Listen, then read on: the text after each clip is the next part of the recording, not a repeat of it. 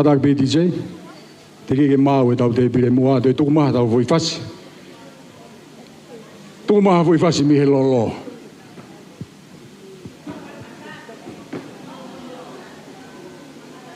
Kone mau e tau te pire mua ko toki whairewa e tau whanofo. Malo. Tau e maki lolo!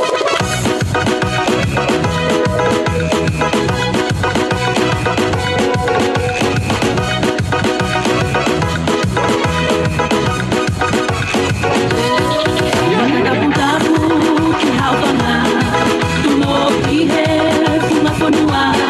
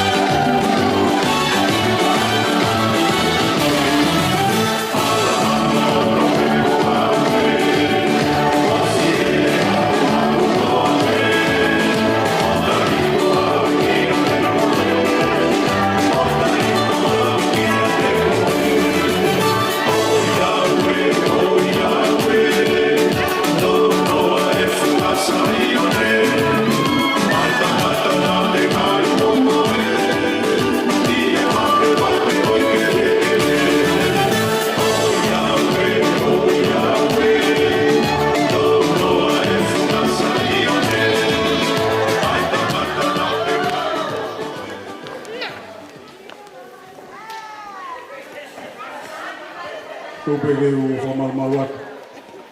Mao ko mau i tau te pire mua i tai min. Kore atu e kāinga ko tau peu nau kei tūtakai horo i tōa. O kātaki mai e peki wharen. A tāpe te pire.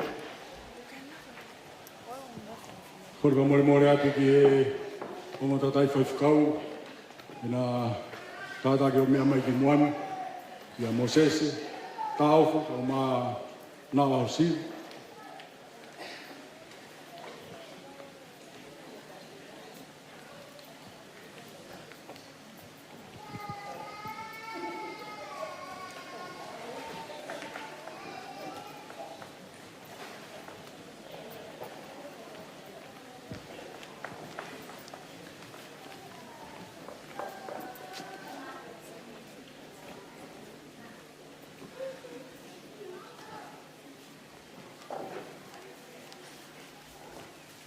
Koro more atu ki a Sela Sigahere. Ia monola whinau. Na kātaki me muki naua ke te pire mua.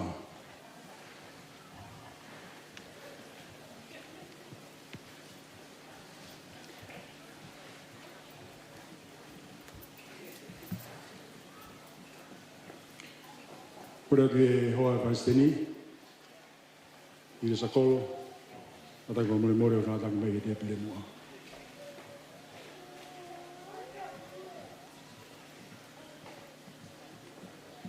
Kore atu ko koe pe ko ui atu hingoa, ka more ka ke kātaki mai. Kai kamata e tau kātoanga i a hona. Ni pa more pe ka mou tāna fua. Kai wawe e tau kātoanga i a hona. Malo.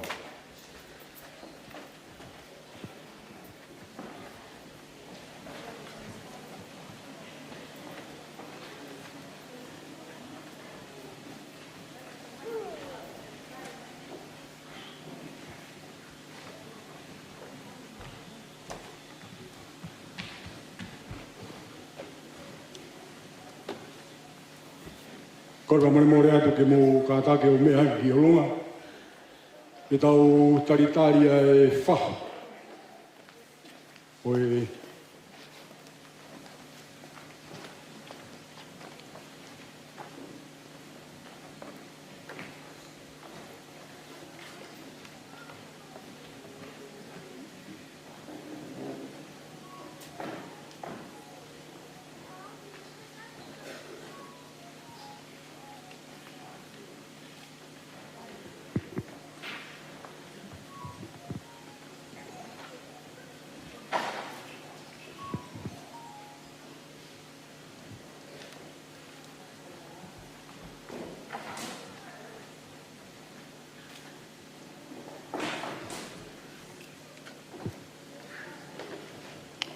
Io kata ka more. Kore atu ki he se tuata ka ataki mai ki o lunga.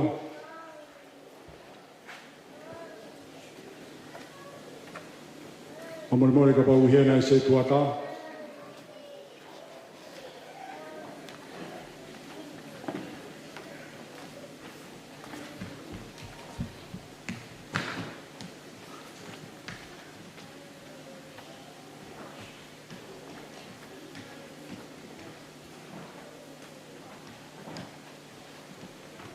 Kore atu ke titei ki tuku maha whasi.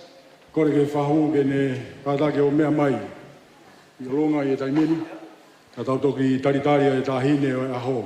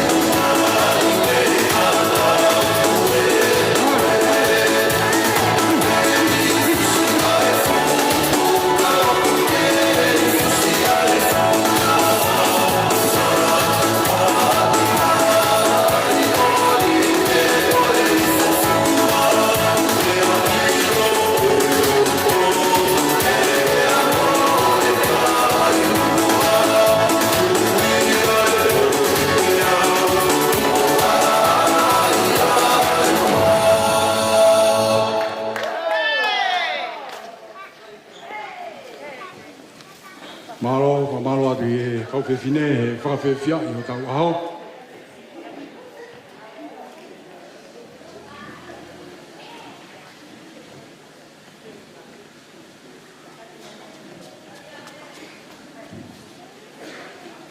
Klo tōng koe o tau taritari ki he tahine e aho, ane māu pē ai whakatūtū e tau te pire mua, o tau taritari e tahine e aho.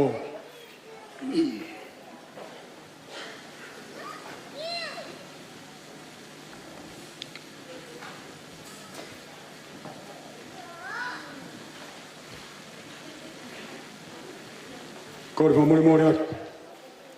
A mō kātaki pē, o mō mea ki olonga, e tau taritari, ai tahine o e aho.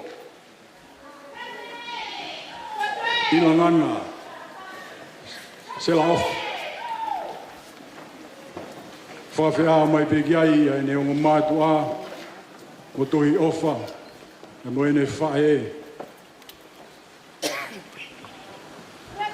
Tō mai ni chei.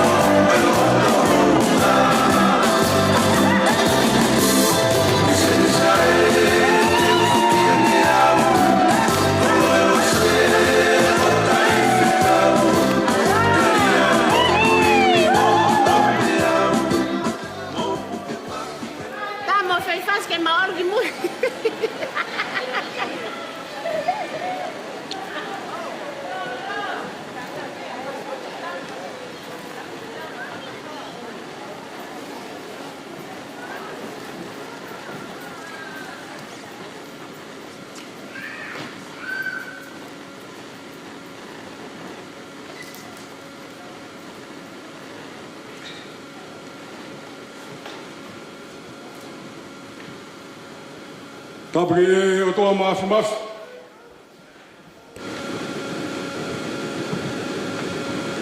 Ngone whakamalu i he a koen. Koe hau tae riwa. Mai uni me se kutau iai. Tapu i a hau eiki. Hama tāpure.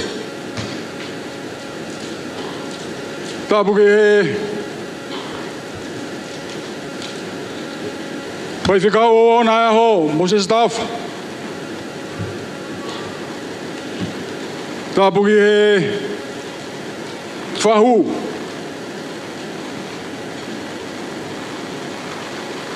E tapu atu. I kau whai whikau o una uihen, i ahon. O tau kau ngā whawheta. Mo whakamalo ki o tua mafu. Tapu atu ki hong whamiri. Wa to e tari lere ki mo tolu he ahon. Ai ongo family. E fai e whawheta. Mo e whakamalo. E ofa e o tua. O whai mai o whiwhine koen. Whai ngā maari e koen ni. Kore wha more. Ke tangata i whaifkau. Ke ne whakahok. A e o au lotu. O e tahine birthday o e hon. Malo.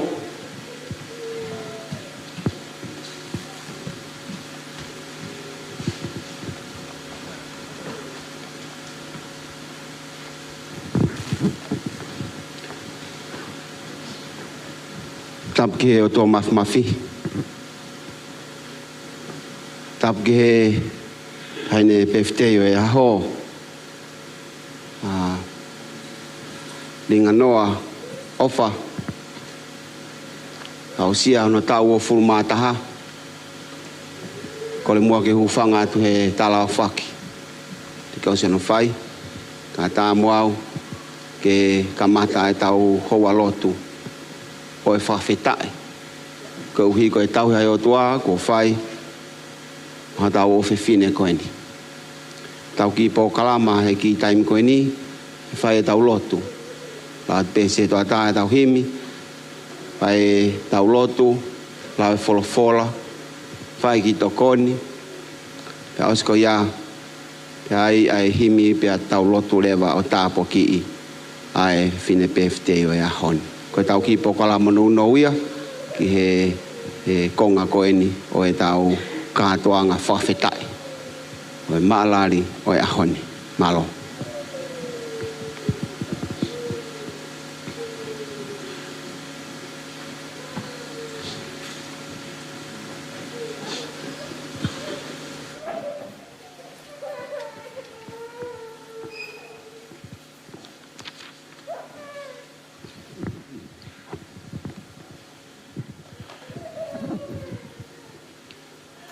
Ko e wholawhorahimi e kamata aki e tau lotu i he whiawhkoeni. Ono nima ngiau whitu ngofulu maua e himi. Nima whitu ua. Hiva be ilangi e kau angelo. Pā mawawa mumamani e. Whakahiki manu e le tō. E universi furipe. Ua aloi mai hatama eki. Tuku mai hafoha mo nia. Ko i tupu tonu ia Elohimi, o tau Immanuela ia.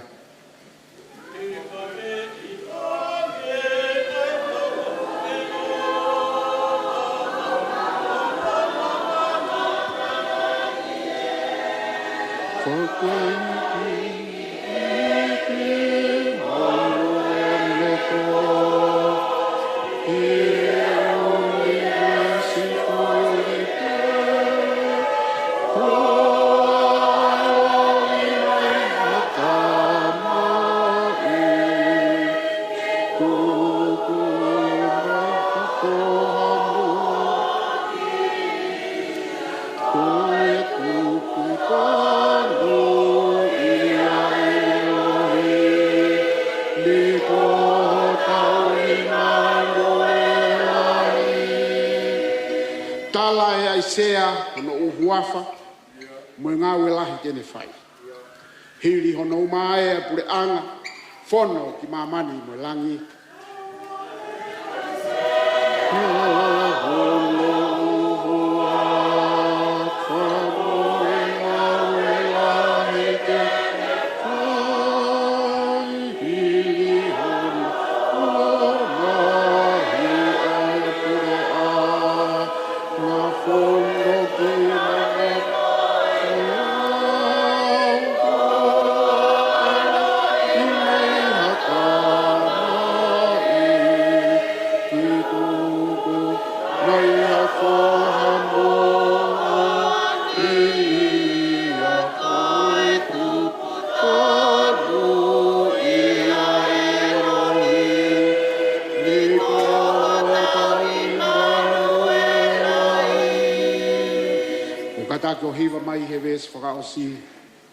E ne ngau e lahi koe whakaos.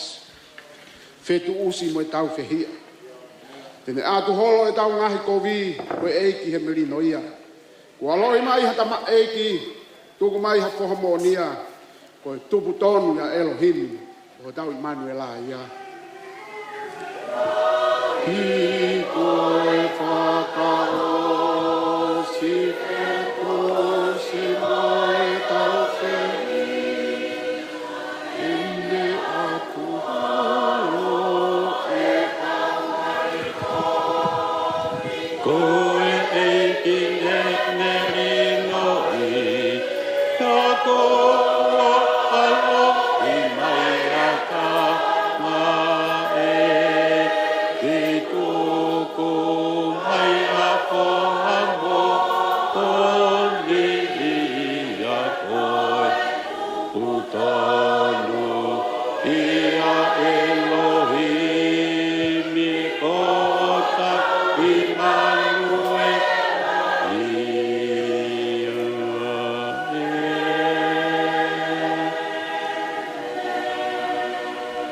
Tua mafi. Ko koe whakatupu e mea kotoa pe o Univers Koen. Nā ke whai ak pe ho whorofora. Na koe mea nai ikai, nai hoko o iai. Koe haoni uku whaka ofa. Ana tula. Pea mau fia ke kau whata. I e hiki a e whelaulau lot whaftai o e whiaf koe. O tala e natula. Ai ata o e langi a lolo whanua. Ai tahi mo e whunga whanua. Ai nau whakatupu ai a Fiona. Ka ku make he maupe o whakatupu. E nā ke ngāhi ai tangata pe mo whewhine. I mispeia o e a Fiona. Tala he punake ko koe ho mau Immanuela. Pea koe a Fiona i a Sisu Christ. Io koe o tua i a te mau tolu. Whiwhia e a koeni, koe mau wha mooni o kulava. A peia na e unaloto kiai a motu, a mātalau. Pea mo e whakaamu, e hoko e ki a koeni, o lelei no mea kotoa. Ka e mea mai e whahu. Au heni pea mo o family. Whaifkau pea mo siasi. Ke mau whakailonga. Ai mahu inga o e a koeni. Ke o mau o whaanga, ka ko mau o whiwhini. Kai ke ala whakatatau ai ahonia. Pea mo e aho e whakamanatua ai hoko mai. Ai a Fiona ai kakano ia Sisu. Pea fia mo tue a mamani. Ka koe ho ata koeni. I kai ke mau tuku noa. I koe mea ofa e a Fiona na ke whaki. Ki e loto whare o ngā mātua koeni. Pea winga e mau whakatahani. I mau kau kotoa pe i e fia. Pea mo lotu whafta. E whai he whaifkau. E whakailonga iaki. Ai honga ia o mau loto. Ka koa honga ia. I ke ilang pe a Fiona. Mau e ko Sisu kalaisi e ki katoanga koen. Pea neongo i kai ho iksia. Ka hou eiki pē he koe a Fiona, ko koe ai eiki o ngahi eiki. O ke tau mu he kātoanga koeni. Ke whakalonga, koe mau ki kātoanga, pēr mo eiki, koe ha mau misaia, mau whamore more atu. Te ria na a tō ki tua ai mau whiawhia. Mau hanga ki a Fiona ai tua, whamore more i ki mau tōlu. Kai o mea keresi, mua merino, whiawhia, pēr mo wheo fo whani. O ngāhi keresia ke puke puke aki. E mau kātoanga i e hoa tāko eni. Whaifkau eni, kune tataki mau tolu, e mau wheilau au lotu ki a Fiona, whai tāpe kina mai. Whakatamo ki mau tolu tuke hoko, ai lotu ki mau whaini. E hoi fua mai ai a Fiona, o hi fua ha mau tāpuaki, i he hoa tāko eni. I o a whei tau lalo mai o tāri maulotuni, mau kore koto ane wafa alo sisu ma wha moui. E meni. Koe mauta mai o koe wan ke tāpua, o wafa ke mai o koe wange ko ia i e langi bea ke wak mai au na mau mea te whamure mau ngā i ngā ala o ange koe mau whamure ak nau tō fuak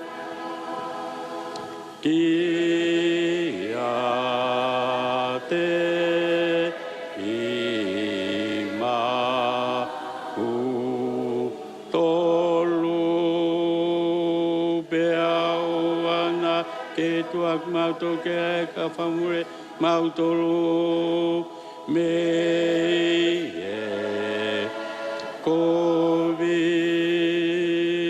o ko aebe pure moe malo moe gloria o ta.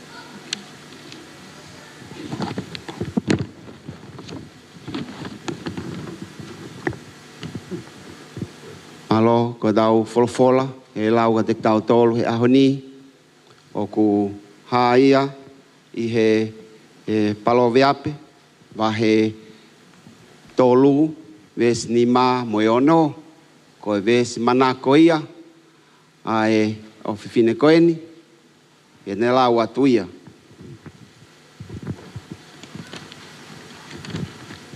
Whalala ki he ki ake ai kotoa.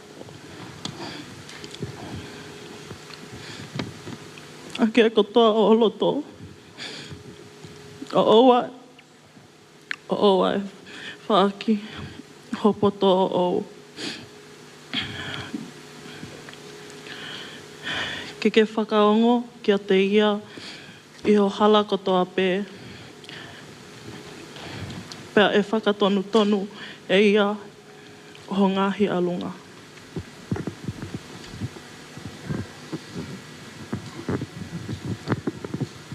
Wholofola ana hoko, ko e ua tolu e ngāhi sā me.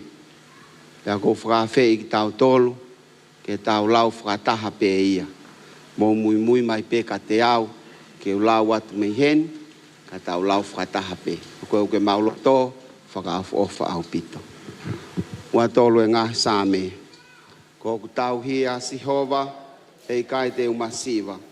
Kune whakatokoto au, ngai toa whalau muko muka, kune taki au, e ngāhi vai whakanonga. Ko hoku lau maarie, kune whakafoki, kune taki au, e ngāhi hala, o e maa oni. Ko hono uhingae, ko hono hua whape. Io neongo e te alupe i he te rea, o ku mālua ki ai a mate, e kai te umana wahe ki ha kovi, he kokoe o ku mawheohi. Ko si o toko mo akau, una whakawhie maalie i au. Ko ke teu mai i o ao ha te pire, ka ko hoku ngahi whiri o sio meihe, o panilolo hoku ulu, o whonu mahua hua a e kuipu. Tā e tō piri mai a rerei mo e alo o whā, i o ngahi a hoko toa, ia koe hoku nofo i e whare o siho wā, e whaibe o lawi kuonga. Amen.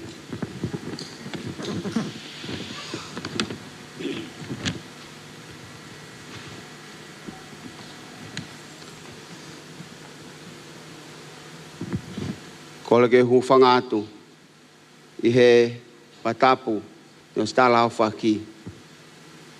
Ka tā muau ki whaibe mua haki pou, koe uhi koe mahu inga o e ahoni. Aho koe ni, wa Usia, e ringa Noa, Sela, Esmeralda, Ofa.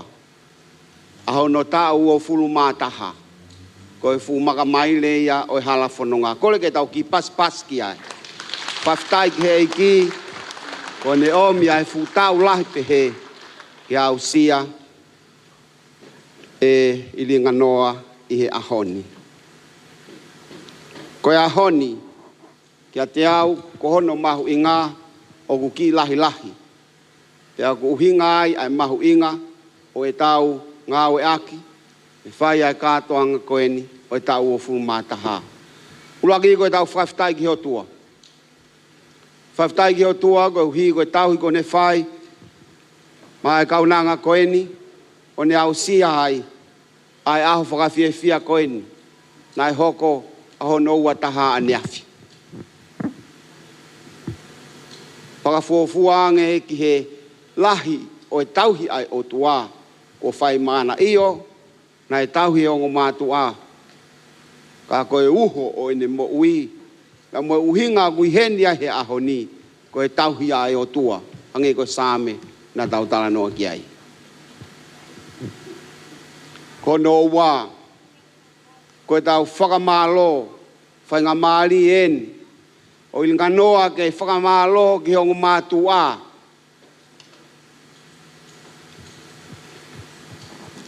Whaftai ki he eiki, koe uhi, koe tauhi, ko na whai maana. Lahi be ai ngahi taimi ia, nai hange ko ne whakakina i ai ki nā wā. Mo tuhi kau maa, si whae, talau. Tālu me hono tui ia e manawā. Mo na wheao mai mo ia, mo na tauhi be. Aho nai tangi ai, mo aho nai fie ai. Na iai ne ngai fie mau. Na whakafou mai he o tua, ki e tamai ba moe whae, ai iwi, ke tauhi ake ai tofi a goeni, na e omi he o tua mahana loto whare. Ko ia goe ua e mahu inga, o e ahoni, koe uhi foki, he fuaki foki ai ki, i a ringa noa, pea e whai te riha le vai he ahoni ko tau tala ia. Ke mawahe me api o taua tāina. Kau koko ai ahoni. Ke whakahonga i a ngā ue. Moe ofa. Ko whai he hongo matua. Maana. Tea pehe ke whamiri. Pehe foki. Ai mahu inga ai ahoni. Ko uhi. Ko e tauhi.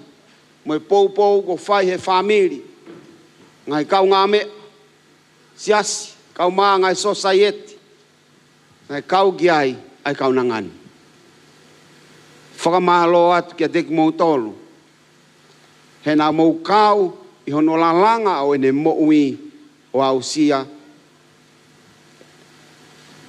e ringa noa a hono ta ua furu mata hahe a honi koe wau te whakamahalo la kia teki mou tolu koe vesi koe ni koe hinga ke whaka tātā aki ai mahu inga koe o tau toko ni aki mo ui koe ni koe ki vesi nane lau koe vesi au tataki a hene mo ui linga noa whakamole mole kai ahau taimi pa ke lau ai palo vepi vahe tolu lau ke osi he uku tala noa ai kono tau mua koe palo vepi koe ni koe palo vepi a ki he whanau ki he tau tupu ke ne tataki ki mou tolu ho mou whanonga tā mai e ringa noa ko ene maueni me he ene whailau tohi whakasāpate talu ene keisi isi ka pau te upiat ke hiki hake ni ma kau whailau tohi whakasāpate he ni whaampe e hoko ai ki tala noa ko eni ke whaloto lahi ki mou tolu i ho mou ngā au e tae totongi ko ia kau totongi milang talu hono wange he whaila toi whakasāpate ai ki vesi koe ni ki ai pe amo ne puke ia o hoko ia koe kā pasa ki hene mo ui. Trust in the Lord with all your hearts. Whalala ki he otua a ke kotoa holoto pe au e whaki ki o poto o ou Māri e au pito. Ko uhi foki koe talavou, vai hala koe ni, koe mā lohi atu ho nau iwi mo nau atamai. Ka nau ka pehe ke whai hamea, kai te lava tahai a taofi. Tai meni ihi ku nau takai pena tole he tua koe mātu ao whai pe mea nau loto ki ai. Ka koe whakaamu ke whalala ki he eiki. Whalala ka Sihova, ke ne tataki koe i heo alunga. O e whaki ko poto o, not to diminish how smart you are. You guys are very smart and very talented. But the proverb says, don't trust that. Put your trust in the Lord. He will make your path straight. He will make your path straight. Lahi be ngahi hala ia, ko e afe atu mo e fuoloa, mo e whai ngataa. Ko tau hala whanonga ia o whakatata pehe. Ko tau hala o whangatonu pe me heni ki langi, ki itaniti. Ko stofa ia sisu. Ka koe pango foki u tembe whanki a whenga ia. O ku tau whaalu tau tolo to e awhi holo ai. Ka e tau te whito ke vai hala o talavou. Linga noa, koe whakaamu ia o e ahoni. E ke whalala ki he otua. O e whake poto ou, ke ne hanga tataki koe ki ho hala. Po ke mau ai be ki vesi koe ni. Pea tuku ai be ai ako naki ko ia ke ne tataki ko i ho mo ui. Nang mo ni be talanoa same hei kai te ke masiva. Whakao si pe manatui ko e talanoa same ko ne teu mai o awa te pire. Ngai whiri o tu mei he. Ka ko nofo ke whare o Sihova e whaibe o lau i kuonga. Ko e mo ui he whanonga koe ni e ngata bebe a osi. Ko e tau mo ui ko e whanonga ki itaniti. Tau atahaen. Pea kou tui o kuai ho ngahi tau mua ki ho mo ui.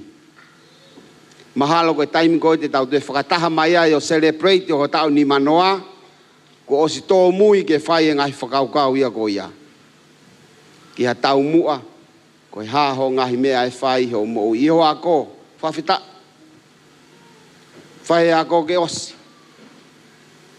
Tokanga ki he lotu, nofu ki he eiki. Koe ngāge ne toko ni koe, i hao whai tūtu uni he vai hala atu koe ni. Koe ha ho tau mua. Ko whewhei tūku te ke nofu ai. Pea ka pau o whae o tuao atu ha hoa, ha huse pāniti ha aho, ke o atu he o tuaho huse pāniti. You are going to make so many important decisions from now on. Some of this decision, you will be confused. You don't even know what's going to happen tomorrow. But it is our prayer that the Lord will guide you in the decisions that you make. The Lord will make your path straight. Yes, Proverbs 3 talks about how at times the Lord disciplines us. So we need to follow what the Lord guides into our path. Au ke celebrate ho tau ni mongo fulu te ke peherewa. Whawhetai ki he o tua. Ko wikuna ngā he tau mua na aku whai. Na u whakaamu ki ai he tau o fulu mātaha. Pau ngā oi ki ai he tokoni mai ai eiki. Tuk be ai eiko si sukalai si. Ke ne whai ho tataki. Pea hei kai. Hei kai ke loto kula noa ai ngā oi ku ke whai. Ko iau pehea e whakawheta. Pa moe fia, i he fia koeni. Ko e uhi, ko e tau au sia mai.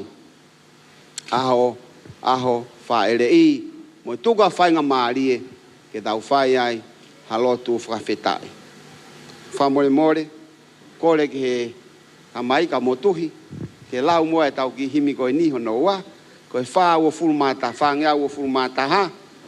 Ngai vesi ai. Ke lau pe osko ia ka de whakawhei lewa ki tau tolu ke whae tau lotu o whakawheta ia ai birthday koeni a ilinga noa he ahoni. Malo. Koini mo te hapu ko launi.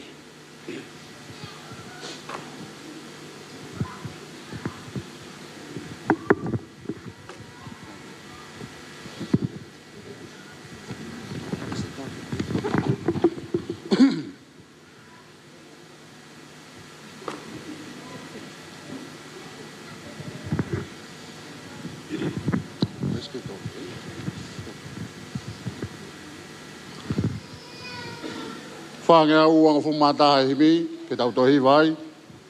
Whaua taha, e ri atua, o whuka venga e.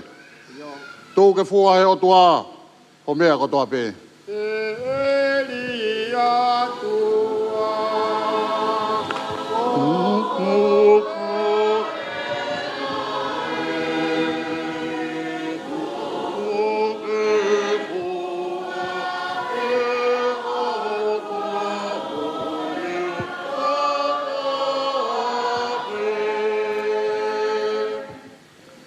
tōku pēki ai, o ngā i mea mamāwha. E te pau o tamai, mo tofa o hala. e tōku pēki ai,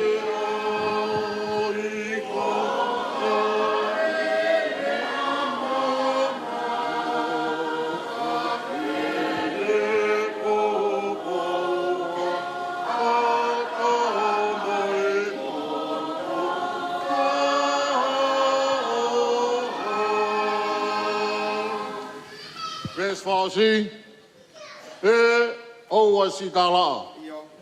E te mawhai pē o mea, e lawa pē e whaingata, koe puri e fuea. e oua e sika,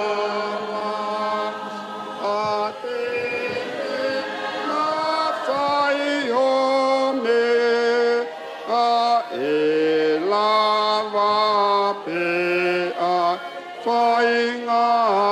a ko e pu e fu e a e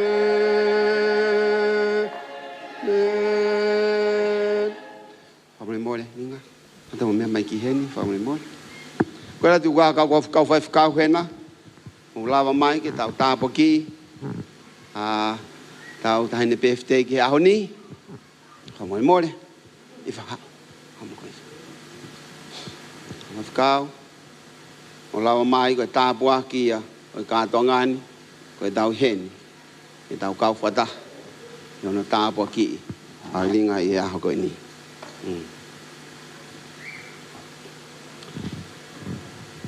Ko tau lo tu e pe heni leva.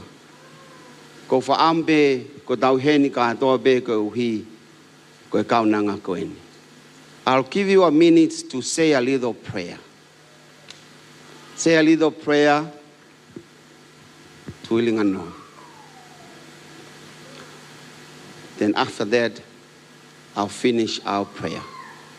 For a fei ki tau tolu, a fei koe, fai mua hau ki lotu, a tau ofe fine koe ni, kau maa, kau nanga koe ni. Koe haa be ho whakaamu ki hene mo ui, i he mo meniti koe ni. Ko whaamu ke tuku hake ia ki he iki. Pe aus ko ia, te utoi whaosi atu, a he tau lotu. Ke tau lotu.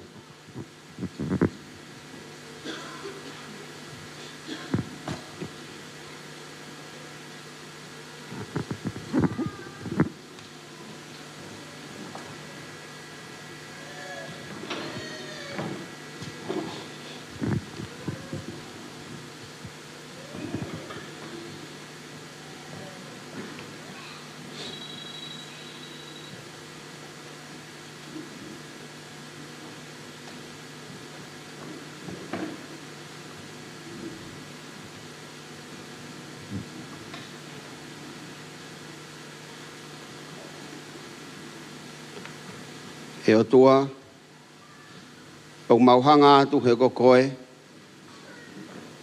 kokoe na ke ngāhui ki mautolu. Na ke ngāhui be ki mautolu me he efu e kele kele. Ka koe whakawhetai anga o mau mo ui. Na he ho mai ho lau maari e maa ni o ni ke te ki mautolu. O mau hoko ai, a fumea e funi. Ko e tangata pe mo e whiwhine o kumo ui ke whai ho ngāwe. Ke omi ki mautolu ke he mahamani koe ni. I he uhinga be ke mauto e whoki atu ki he awhiona. Whawhitai koe mo ui koe mea beia me he awhiona. Pea taha mea mahau inga taha he mahamani koe ni. Pea tae totongi pe ia. Fia lau be koe o tua ofa hoa fio. Mauhanga atu kia te koe. He mo menit koe ni. Whawhetai lahi e mau mo ui. Kou hi, ho tauhi ko whai. Malinga noa. Sela ofa. Ni au sia, ono maka mai le ua furu mātaha. Ka koe whuaki pe ia e he awhiona. Mau whakamalo atu, talu mei manawa, nai kai te ke ri aki ia. Pe aku mo oni pe tala noa, oi Krismasi, nā ke hoko mai ko Immanuela. Koe o tua ia te ki mautolu. Ke tau tangi whakata. Ke tau fie kaia, mo fie inua whakata. Ke tau whaingata ia pia mamahi. Pia tau fie whakataha pa mo ia whiona. Mai o whakawheta i atu. Whawheta i atu ke a whiona maulau maari e mo ia ko tau bea kuia te ki mautolu. Koe koe tahu kuke whai mai. Mai kaunanga koe ni. Whamalo atu koe ongu mātu. Ka maasi whangatokoua. Mo e whamiri hono kotoa. Nau tolu kotoa be na e kau hono lalanga o ne mo ui. Mau ate whamalo ba mo e whawhetai kia te koe. ko nima ki mau tolu. Ke mau whetokanga aki, whetauhi aki, wheofa aki. Pe aku hā ia i ho kaunanga he ahon. Mau whaftai atu koe mao e ahwhaka ofa koeni. Ke whai ae mau ki maalali. A koe maalali be ai tōki lalo. Tau mai ni e ta tau ia ki he ofa e awhiona. Mau hanga atu kia te koe. Hawhitai atu ko ho kaunanga. Koe mau lotu e o tua. Tungua ke ne mau ha aho fia fia. Uke ne mau ha aho. O ho ata mai ai koloria e awhiona ki he ne mo ui. O ko hoko atu ho mo whi ao. Hoa au ki i tāniti. Mau hanga atu ko uhi ko e ngāhi tau mua o ne mo ui. I hala whanonga. I he ako. I he sipoti. Ai ngā ue. Ai lotu mao ni oni ai awhiona. Mau kore atu ke he awhiona. Whakaola mai. Pea ke taki tonu hono hala. Tō ai whaingata a e he awhiona. Kai whakawhai ngofua be mua si eno hala whanonga. E ge mau hanga atu ke te koe. O mi hasino mo ire rei maana. O mi hapoto whakaotua maana. O mi halau maarie to tonua ke whai aki ene mo ui. No vai hala whanonga ke tu ta whaakia te ia. Tō hema mo tō mata. Ene whanonga. Takia pa ke mui mui. Ko uhi be ke oua na iai ha aho. E he ai me he awhiona. Malu ia e o tua. E aho. Tau laki ai pa moa whai ngataa. Tuku ke ne whaki be ke he awhiona. Tuku ke tu be ne whalala ia te koe. He ko koe be. He ko koe be o tua e mo ianga. Hei tāpi kina mai a si o kaunanga. Tauhi mai ai o tua.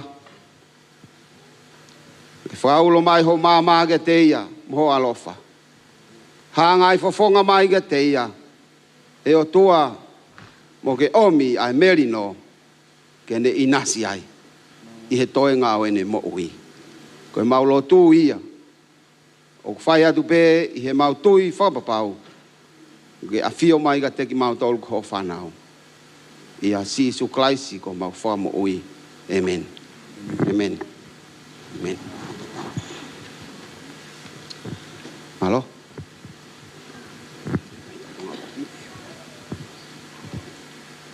Oe lawa e konga uruaki o e tau polokalama e hon. Ko malo ki tātai whaifkau.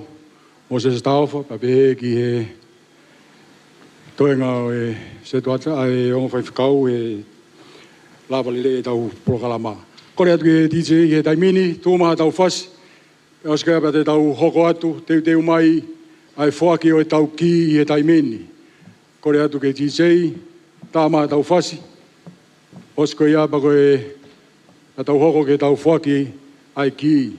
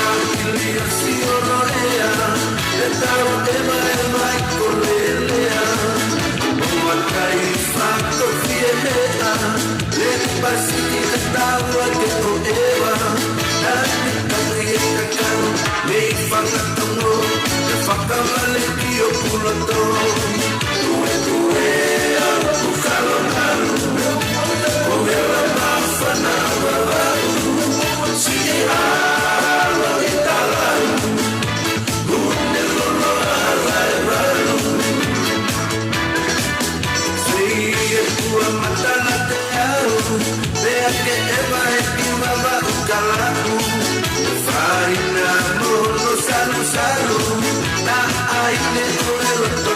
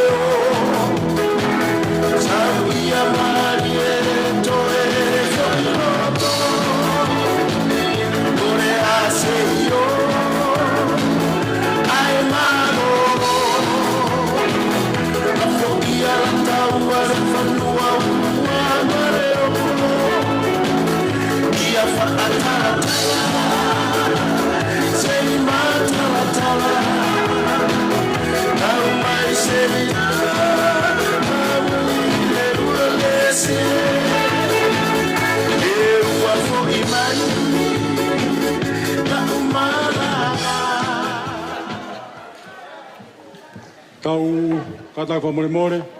Tau hoko atu eni ki he puhi o e keke, pato ki whai ho no whaki ai ki o e tahine e aho. A koe kore whamore more atu ki ngahi mātua ki toa, o ku wahi ngahi mau hoko i toa. Kore atu ki puke maha mō whanau, e mō toka ngai e ku koe apini, o ku tapu au pito e lere takai holo i toa. Kore atu ki ngahi whae he taimini.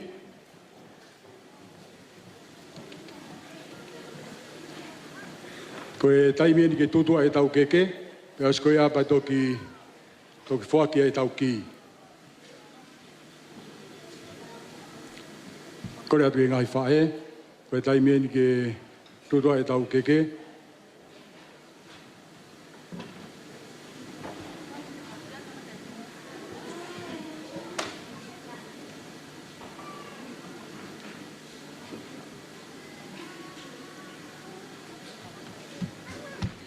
Tō mai pēha foi whasi i DJ, o tonga au tau taitari ke si ngai whae, ke mau mai, o nau whatongia.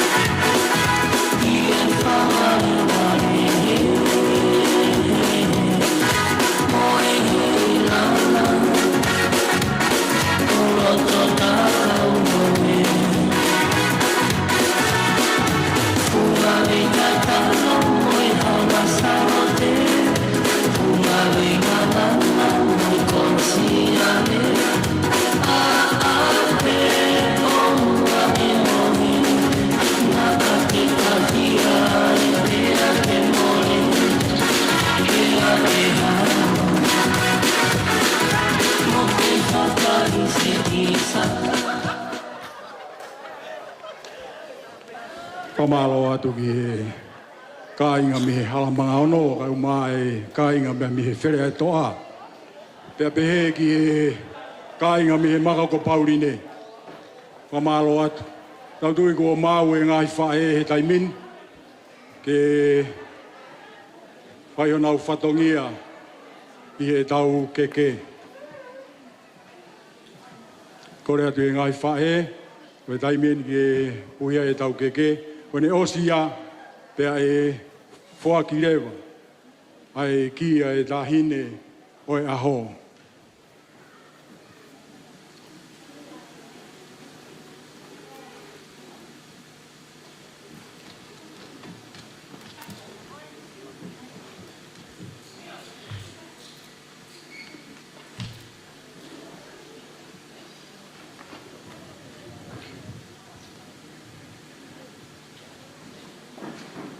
Ringa noa sela ofa. I he wafa o e tamai, pia moe alo, moe lau maari e maa ni honi, e ke puhi o keke i e taimini. Kore mo paspas mai, o e lawa ia, o e puhi o e keke o e tahine o e aho. Kore atu, i e kautā mea ke tuku mai ha hiwa o e pefte i e taimini.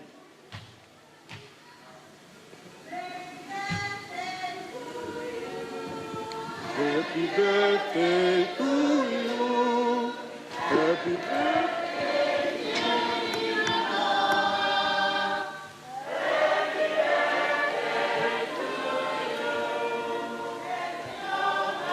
to you.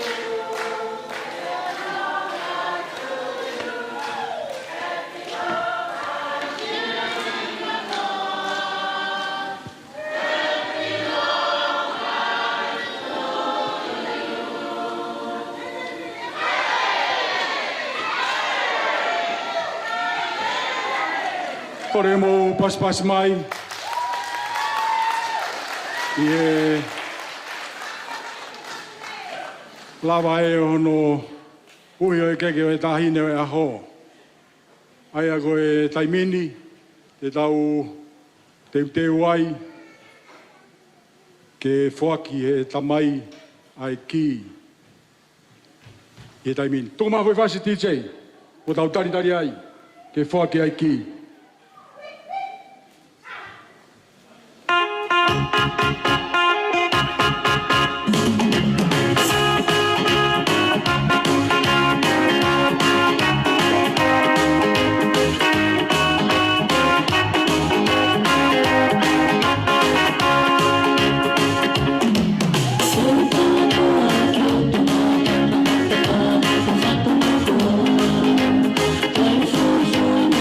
Come on.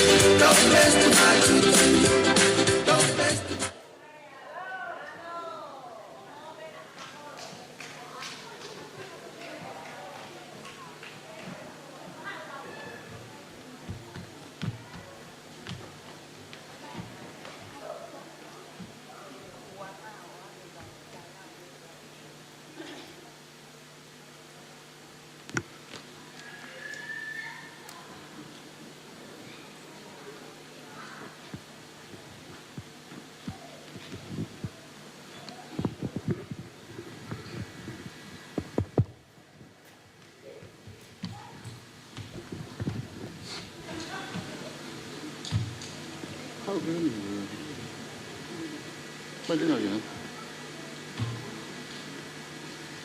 Hậu cái muộn. Hậu cái muộn gì?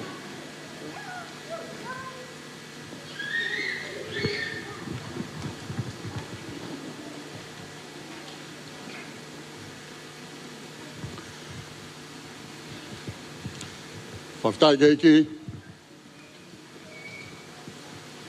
Hiệu của đây à?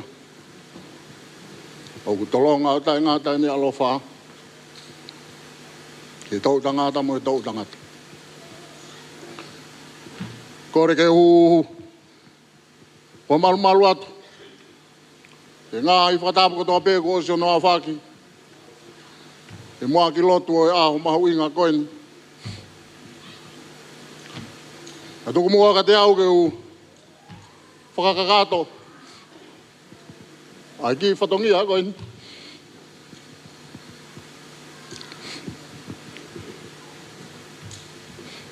Ke kuki pere.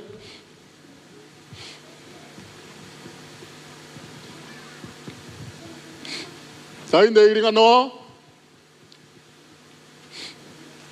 Terra Esmeralda offer.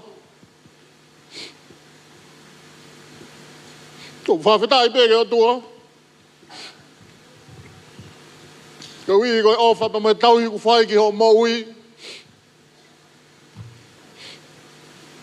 Ue toi au si ai.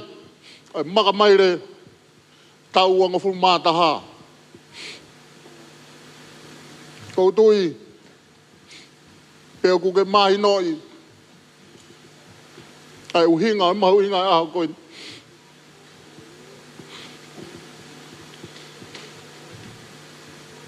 Nā hoko ho tau taha.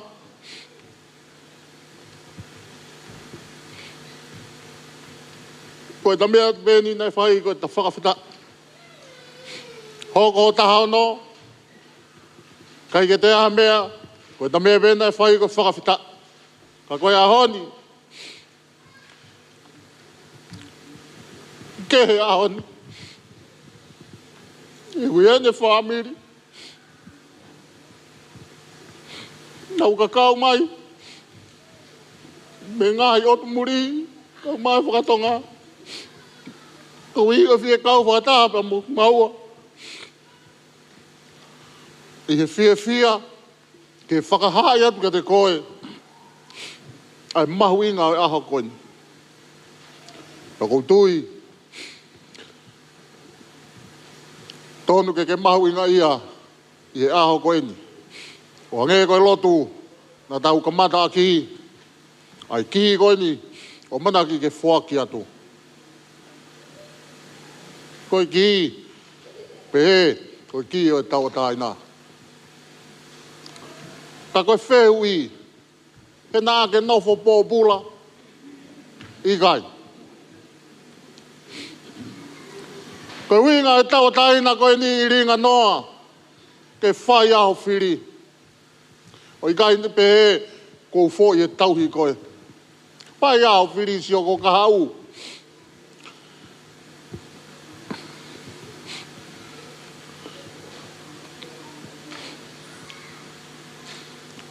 Whakaukau ako ka hau kumia hoa. Sio mai koe ni kua kamata keu.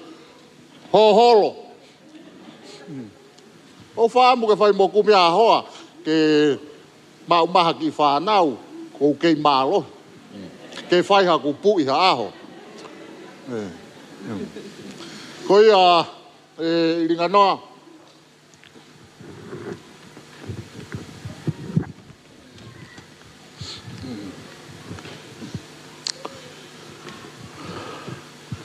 O wake ke mau inga ia i e ki konyo fuaki atu.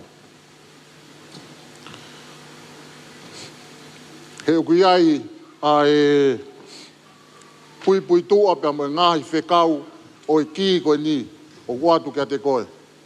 Ka koe mea mahu inga e tu mau ho whalala e o toa e koe ape ho tau hi.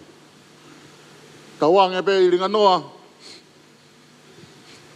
ke kawa e o toa, i e whanonga pe mo whiri te ke whai, e wai hala te ke whanonga ia. Koe au ku o whalahi atu te koe.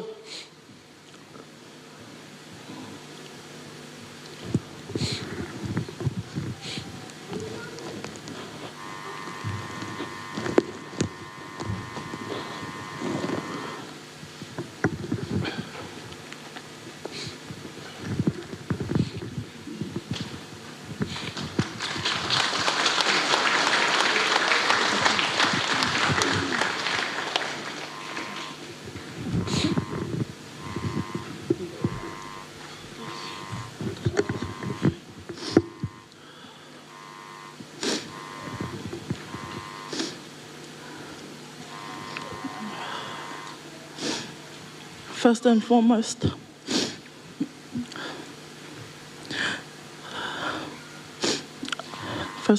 I'd like to express my deepest gratitude to our Lord and Savior Jesus Christ, acknowledging his guidance in my life and the abundant blessings he has bestowed upon me during my 21 years on earth.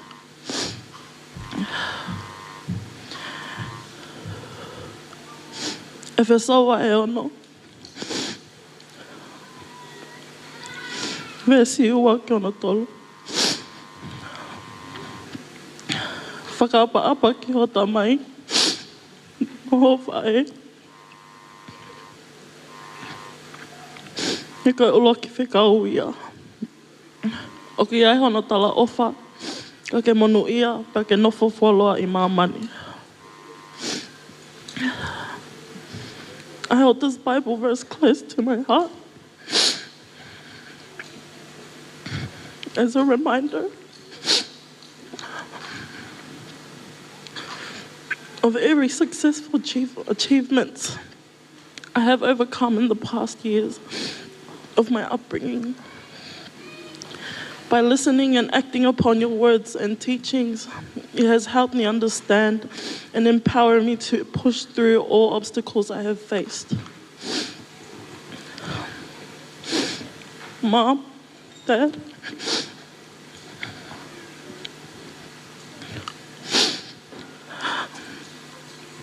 whakamalo lahi atu, homo ako naki, ofa, mo e ungahi whilau lau, ko mo whai mai mau tolu. Aku I kai ai halea whiunga. Ke whakahae aki e ko honga ia, mai manu ia, ko e uhi ko ki maua whakatō osi. Whakamalo atu I homo tataki au, I he hala ke o ilo mo ako lahi ange ai, ki ho tau o tua. Thank you both for being the best parents we could ever ask for. I just wish to grow to be half the person that you both are. Despite the challenges you face and the sacrifices, blood, sweat, and tears you go through for our sake, you both persist in reassuring us and making sure that we receive the best. Your ongoing encouragement for our future is something we can never adequately express in an appreciation speech. Our love and gratitude for both of you are beyond words. Your words of wisdom and encouragement will stick with me and be passed down to our family bloodline.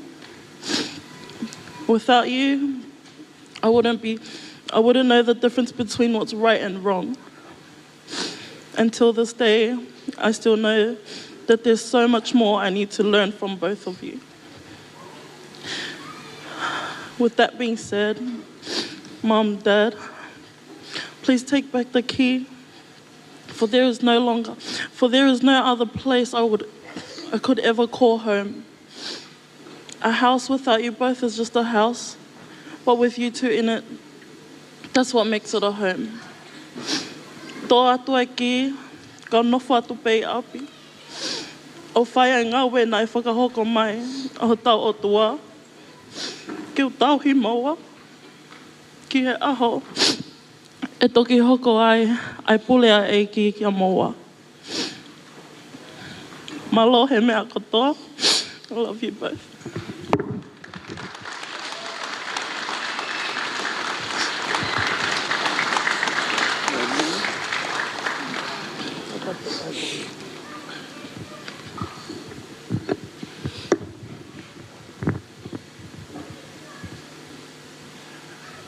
Pamalo ki he tara i ki kia matuhi, i he whake o i ki o e tahina e aho.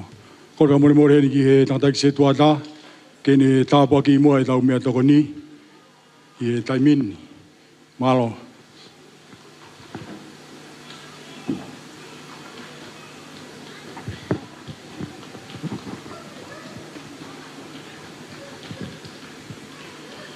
Kora te mua ke whai pe mua ha tau lotu. Kore te tau hiwa pe mua he i vese e ua. E ni mangeau ni mongo fuma nima he mi. Hanga mai me lang eiki kia hua tamasi. O ua tika tae tokai ka ki alo o whamai.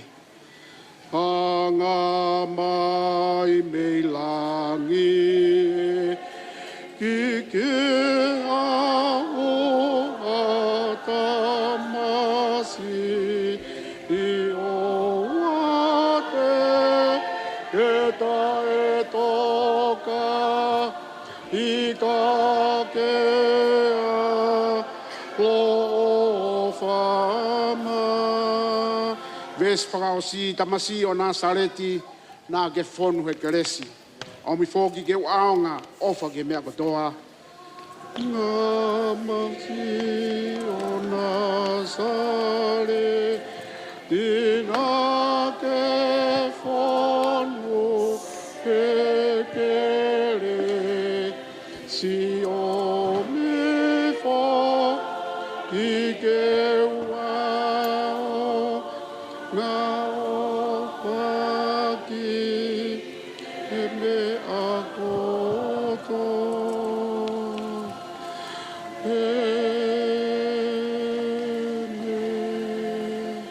Ke tau lotu. O dua ku mau whamalo lahi atu ke te koe. Ai houa whakoloa mau wau ki ai he whiaf koe. Koe ni ku mau whanongoa ai wholofola na e tuku ka te ku mau tolu. Koe hui koe kau nangani.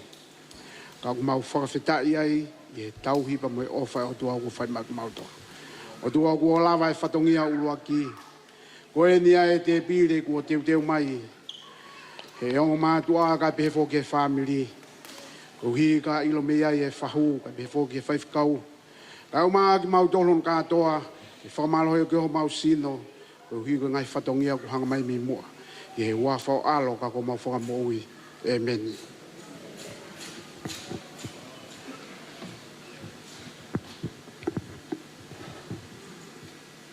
Ko ni ko ata e tau te pire. Tau tui ko e hangaine tau whotutu e tau alu ki he tau mea toko ni. Ko rea te peke ulaki alu pēa e ta whaaki koe ni ki he iokto hema. Pea tau toki hoko ata i pē. Ai ta whaaki koe ni he tō mata au.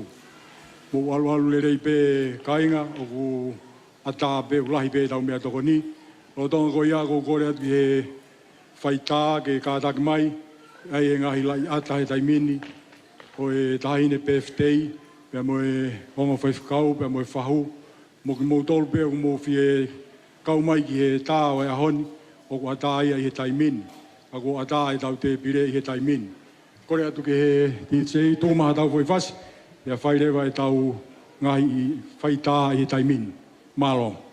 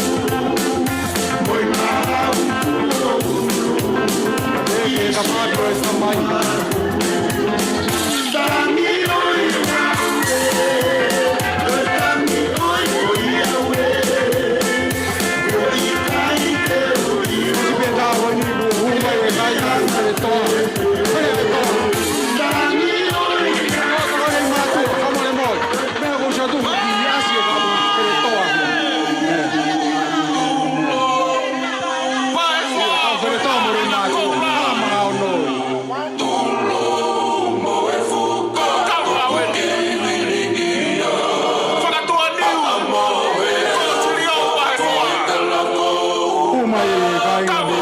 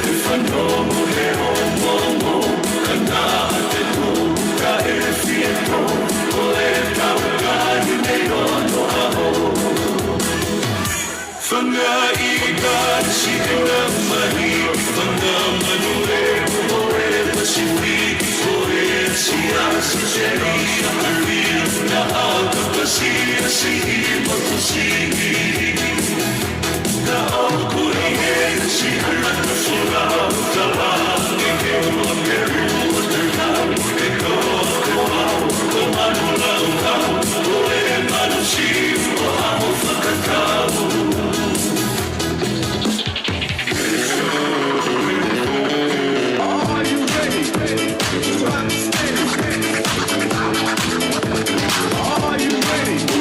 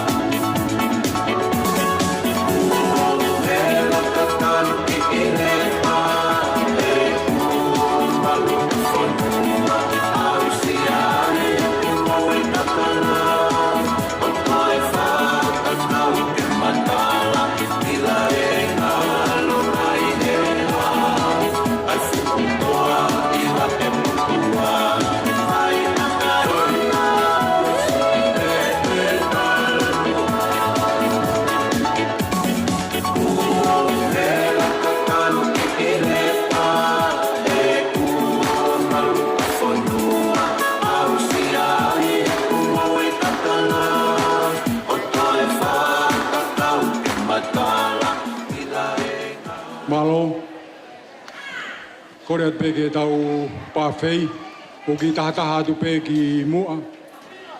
Kore atu ki he, kone māu pe tau pāwhei, kore atu ki he rea koe e ta whake ai whae, ke ne hoko mai e taimin.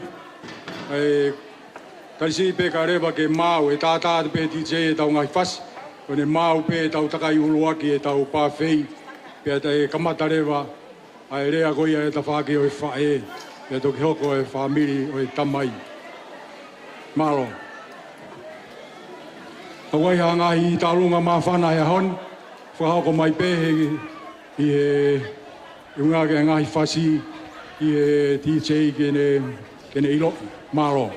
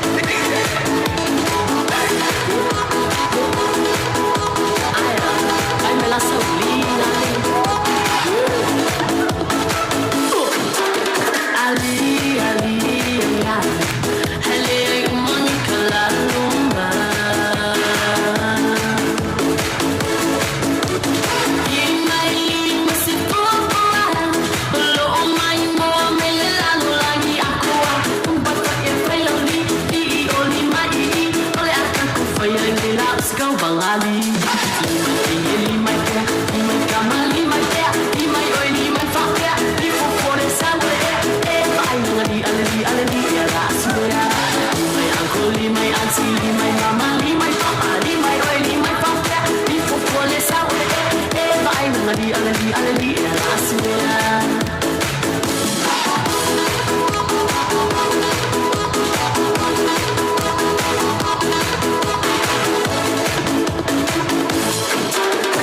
Li ang lai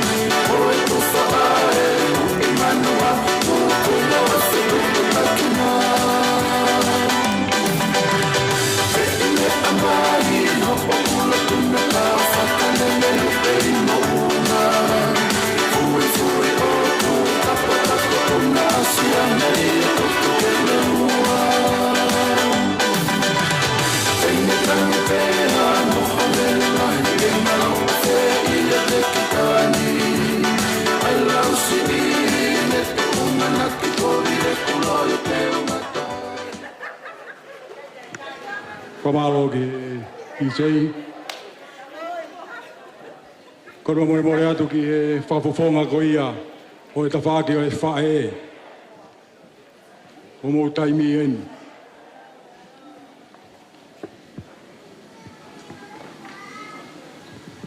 Whafofonga o e tawhaki o e whae. Ai tahine peftei. Kono pa mo atu.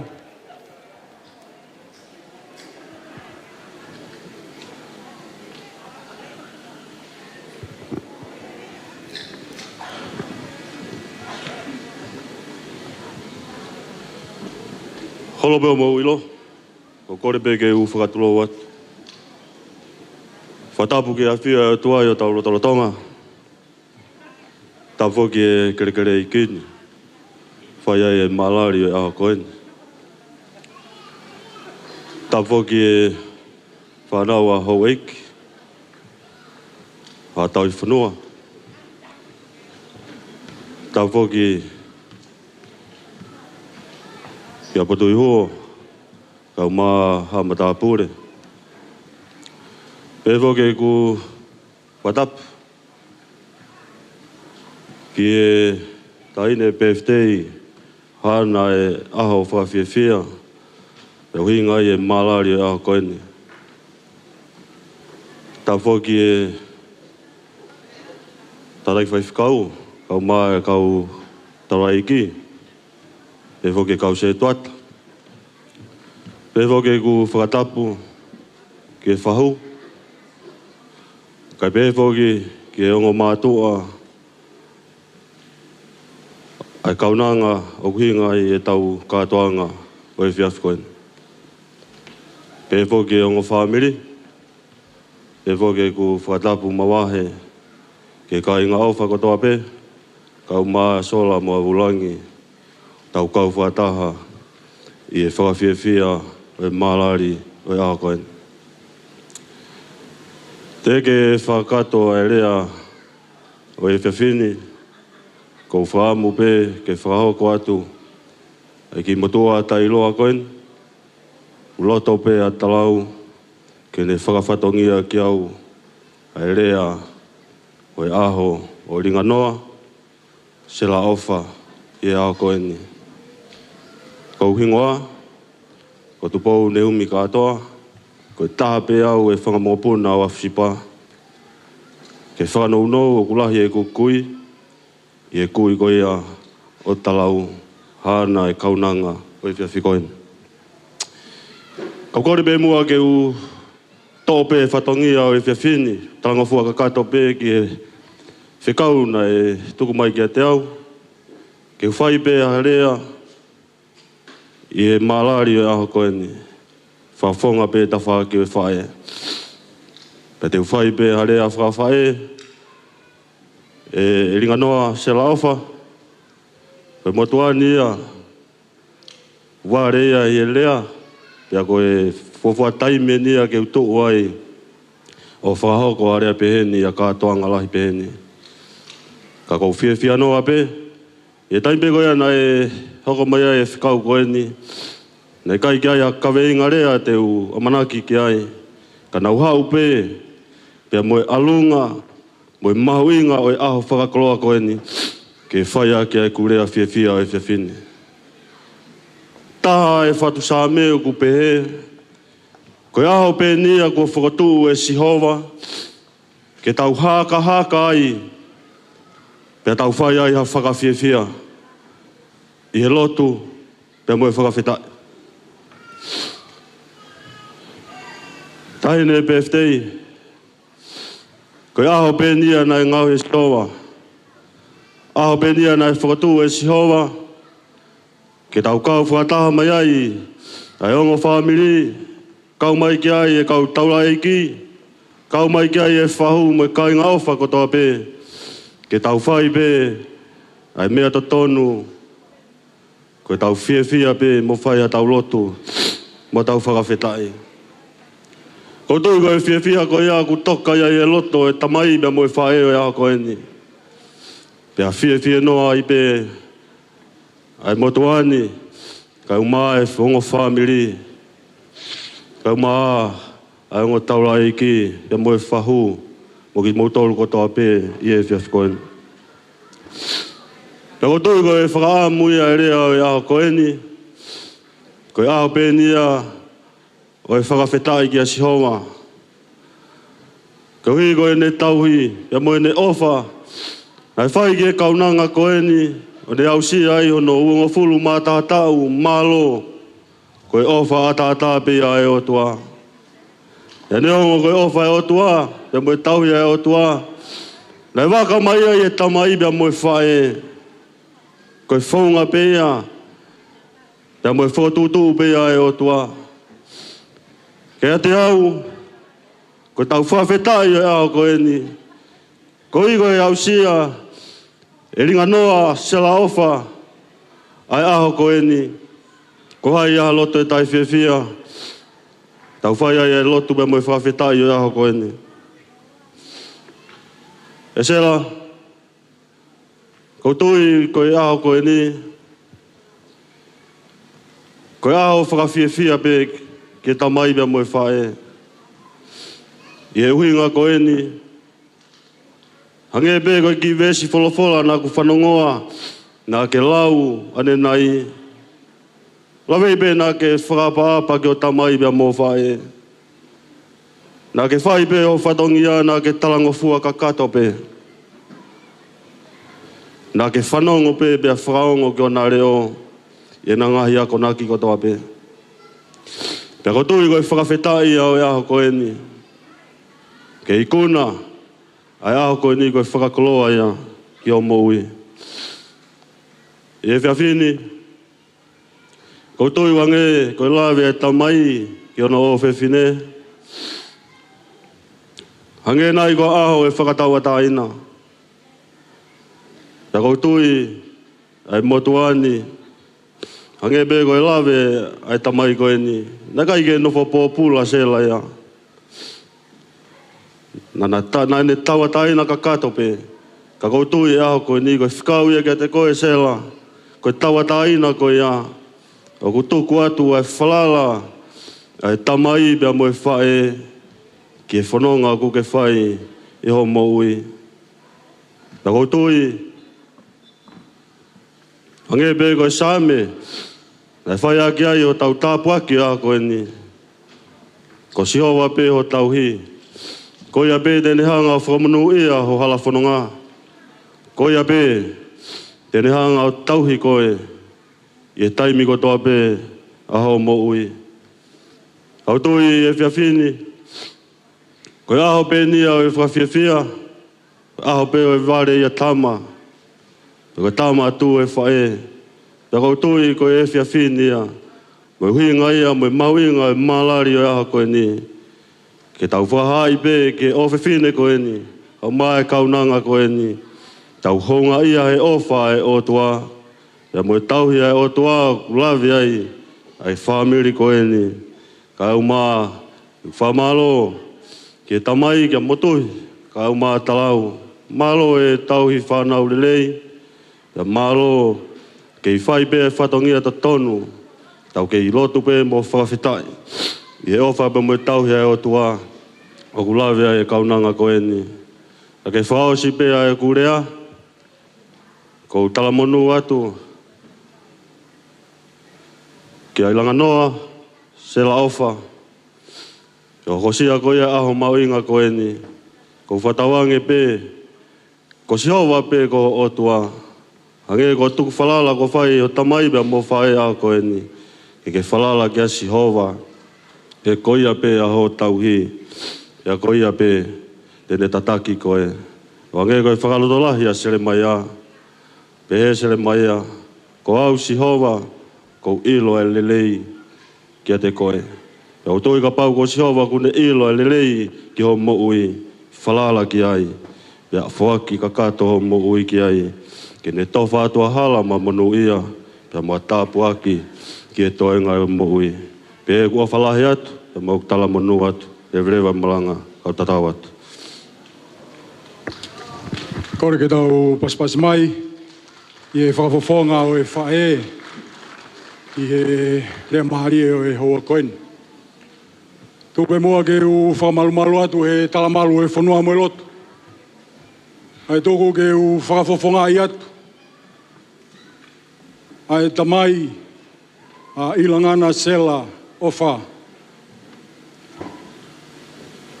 Koe uhi he koe mā lere mai pia mi he maka ko paurine. Ahanga koula pia pehe ki he funga ano he hea.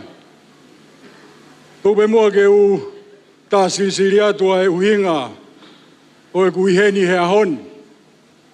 E whakafofonga ai tamai koen. Ilangana. Uhinga e mā tō pia mo motuhi o kulahi ai kui a motuhi. Tāna i ko tohi koura. I e ku kui ko te vita kolo. Pe koe ahoni. O more e kakai ana e whai ai e whalala. Pe wikai ke toi iai hata. Koe toe koe ni koe toe pea whanau. Ka ko uheni he ahoni. Ke whakafofonga. Ai whamiri. Ai mau talamonuat. Kia te koe iringa noa. I he hokosia. A ho tau uafulu mātaha he ahon. Mo ni pia palo fita. Mono ia ka koe mafi. O ku tuene whalala ia Sihova. Tala mai o ku hange ia haa kau. O ku wau atu hono a ka. Ki he ngahi mangai vai. I he vai ta whe. O ku ikai ha taimi.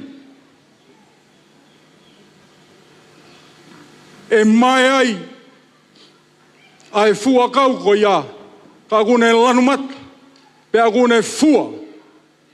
Koe uhi. Koe monui ai au hata. O ku tuene whalala ia Sihova.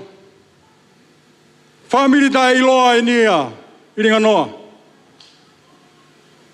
Koe mea pea ku mau whai. Koe mau turi turi. Ke whai ai whinangalo e o toa. Nea wikai ke ai halotu ia. E whiung. Ka koe ahoni. O ku hounga ia. Aganesi. Ka maa eurik. Peke siria pa moi whamiri. Peke hoa e whaiwhakau. O e presidenti Malolo. Mau i heni pa moi whamiri. Ke whakahounga. Ki e o tua mafi mafi. Ai ne ofa moe ne tau.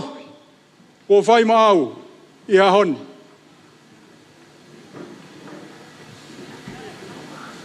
Pea mōni bea ne wholawhola. Whalala ki heiki a ke a kotoa holoto. O ou e whaki. I he poto o ou. I ke whakaongo ki ai. I o hala kotoa pe. Pa tene whakatonu tonu. Aho alunga. Iringa noa. Whawhetai ke o tua mafi mafi. I he ne tauhi koe. Talumi ho hono whaerei koe. Awe ni ki ho tau ho fulu mātaha.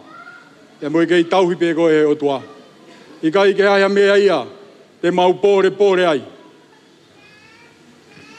Te mo motuhi. Te moi whamiri. Whamalo atu ki he whae. E tauhi whanau lerei. Mau fia no ai.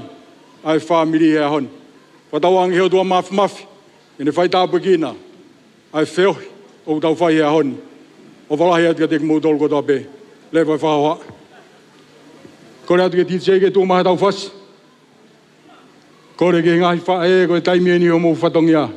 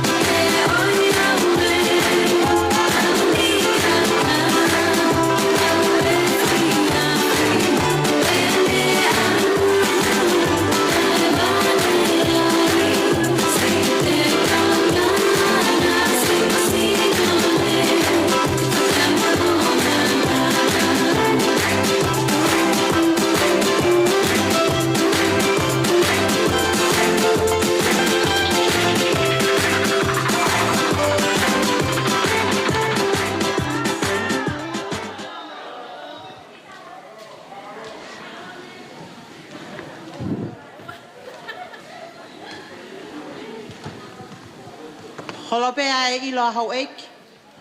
Kai whakahoko atu ai ki whatongia e whangawhae. Ki mua ke whakahoko hoku whatongia ko ulaki whakahoko atu au. Ko hoku hingoa ko olivina mataki moana hie hiapo ngatu vai. Ko e kulele mai ko e taha pe au he whangawhae. Lahi a ofa ko e whae ia asuma ko e whae ia atalau. Si e whae ko mere kana e nofo ia i eua. Mahalo pene mo whanongo na e tu glava te wiki kua si kainga me haramanga o no na e whae ia ki whaka whaamiri si o mau whaamiri lei mātua. Ko e motua ko ia ko kuonga i lei mātua ko e kukui ia. Pea ko e lahi taha ia kuonga ko siana ko tapui ulu heua ko ia ko tupu ai mo suma ko ia o ko tu he ahoni ke whakakato atu ai whatongia e whangawhae ringa. Ko ia, ko e ki mua ke whaia e whatongia e whae, ko kore atu pe, ko e tau kamata pe, ko e halamanga ono pe mahino. Ki mui e fumaka ia, mama o mosisi, tau ai pe he halamanga ono. Ko ia. Ko e tumuaki o e keke o e aho ko e ni, o ku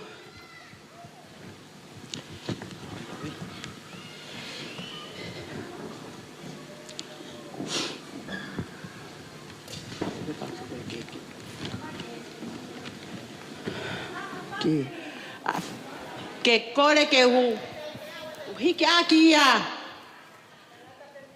Ai keke o e tahine pefte o e aho o fuaki ia ki he whahu o ila noa sela e si ofa. O ku hiki aki ia ai whala paongo uango kumi, whala fihu uango kumi, au fi aki ai whaatu walu, whakamolu aki ai fihu whaatu wha, moe kato teu mo ngahi mea papalangi.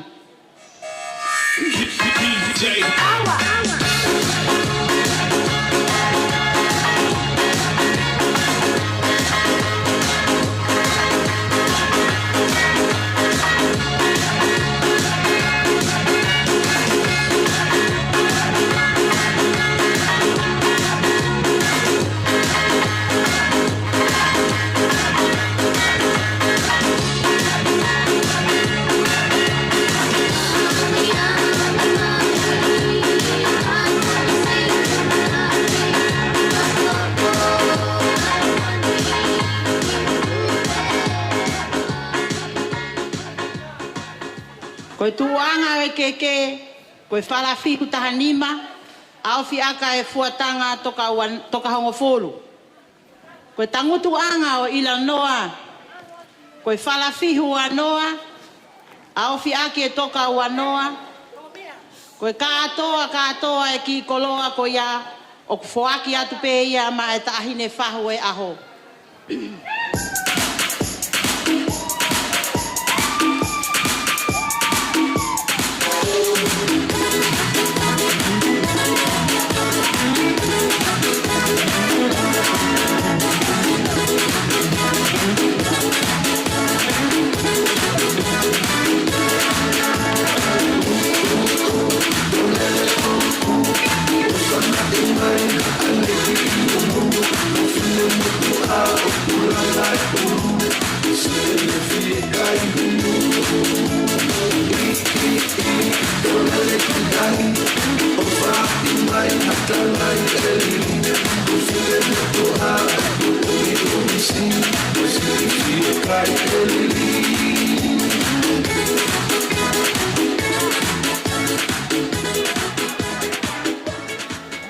Koe keke hono wā, o kuhiki a ma e whai whekau na ane lotu i e aho, mō sese tauwha. Hiki aki a e ki e tonga, whala ua noa, awhi aki a e toka ua noa.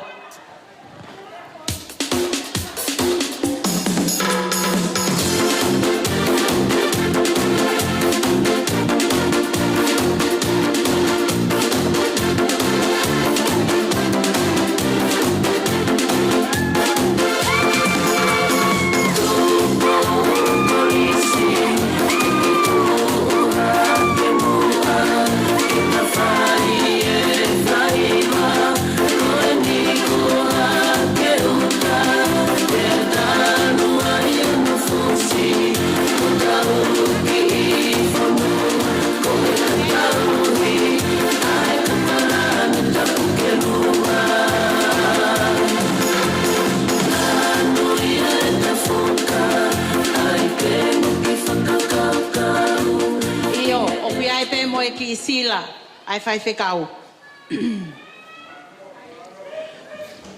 Koe keke hono tolu.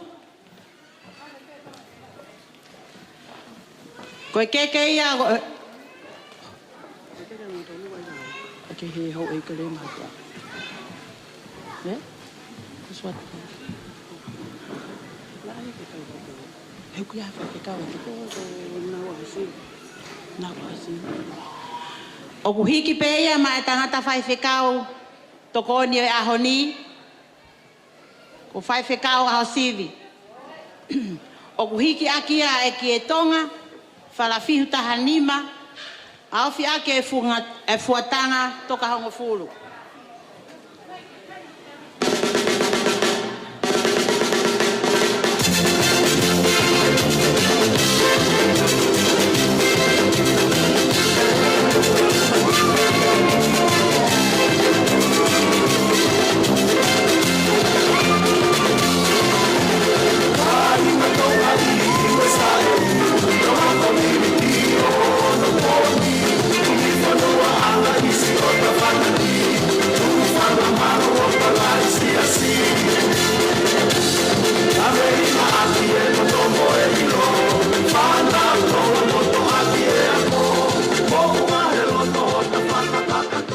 Iai pe mo e ki sila, e whai whekau.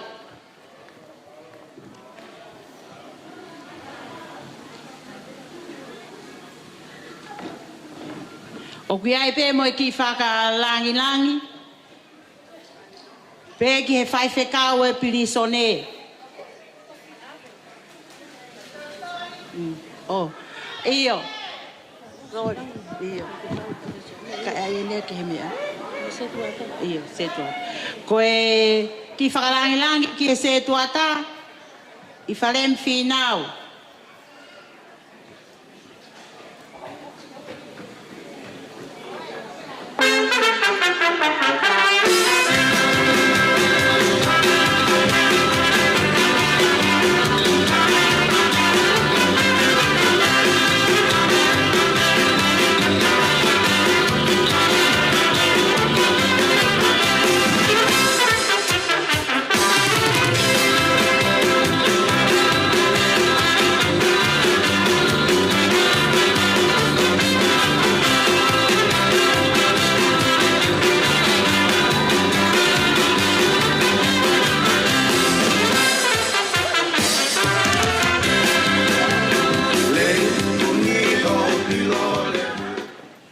Mo e ki whakalangi ke kaum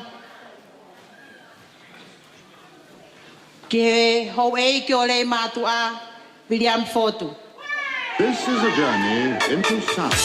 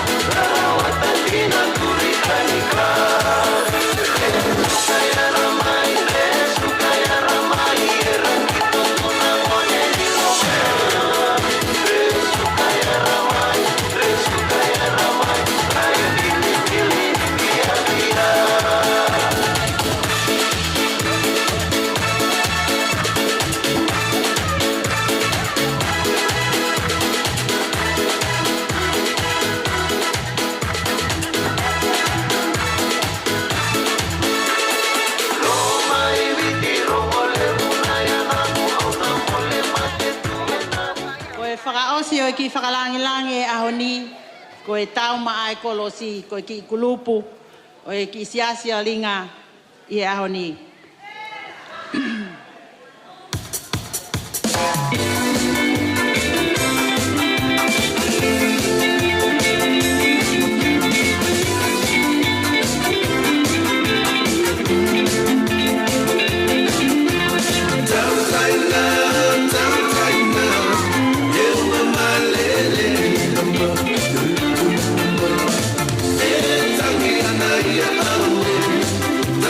Tama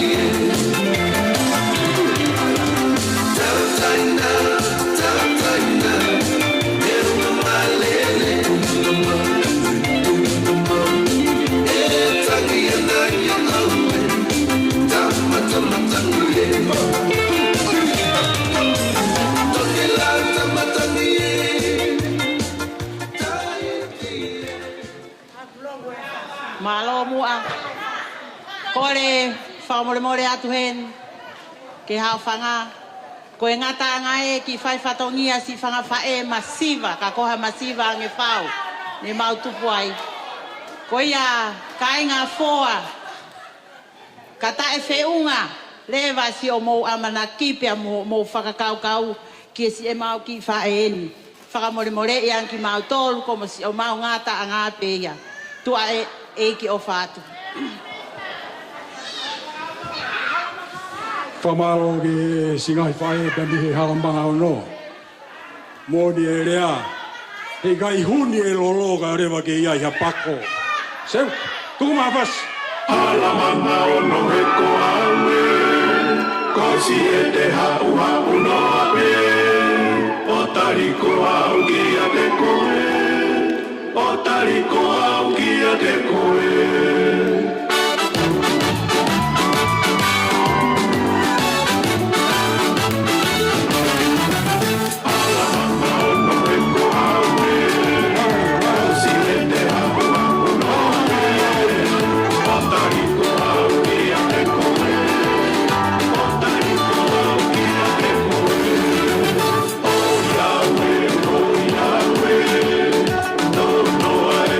Sayone, mata mata na te mai moko e, i he mate mate oi kere kere. Oh Yahweh, tono e funa sayone, mata mata na te mai moko e, i he mate mate oi kere kere.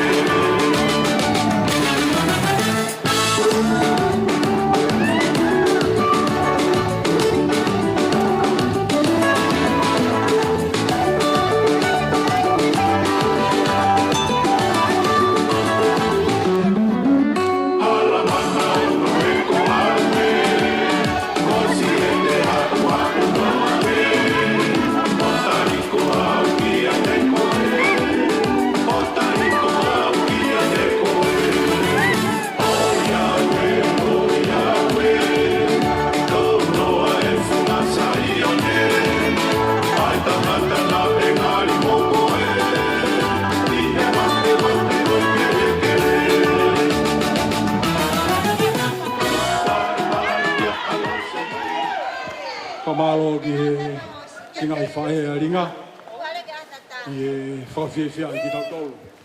Ko e taimini te tau hoko atuai ki he tālunga koia e tāhine e aho. A ko e kore pēnia ka te kumei tolu e whamiri e hoani. He waki tālunga ringa, pia toki tālunga hono wā, pia whairewa e ngahi whakapare. O kuma roto pepe mo e tātai ki a ringa, o wi ko foi whauen, pia mi he maka ko Pauline. Ko wi ke whaari ke te kumei tolu, ka inga mi he lolo, i a honi, e kore atu, mo whamore. E waki tālunga, ai tāhine, ko hono, pia toki tā hono wā, pia whairewa e whakapare.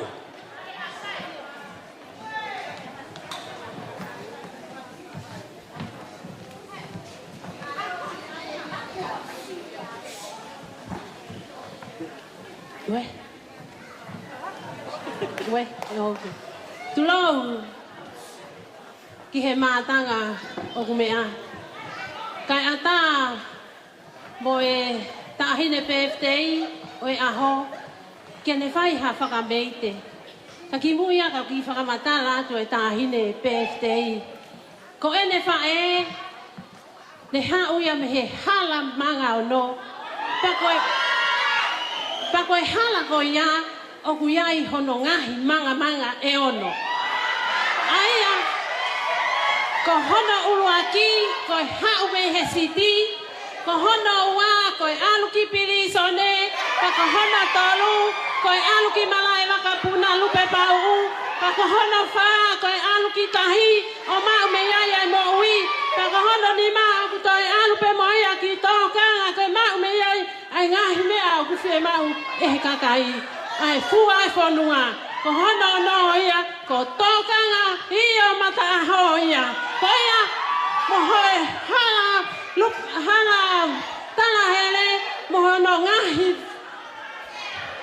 ngahi ea, mohono ngahi.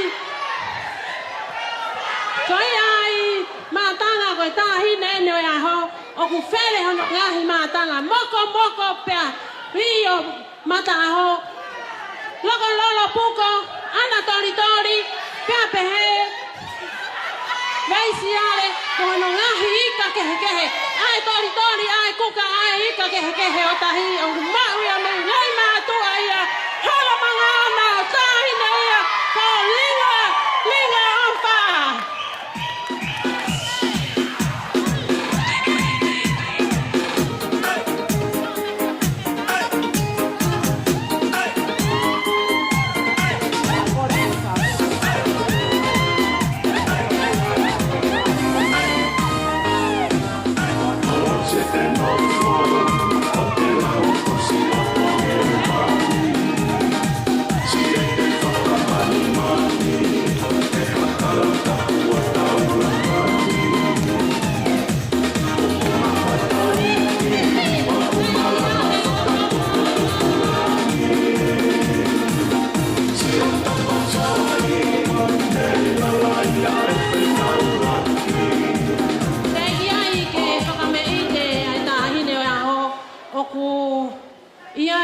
Teki o ku fuaki ama e fahu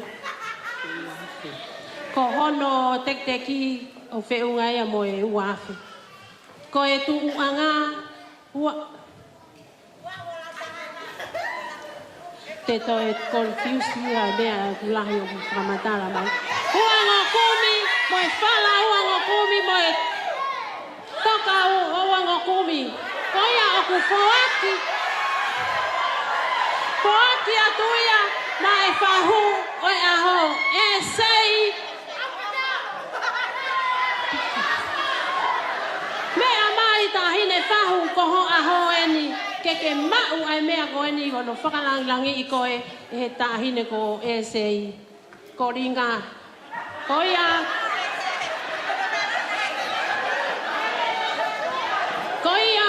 o te mau hoha a mo longoa Te lau ko mo mai mei lama.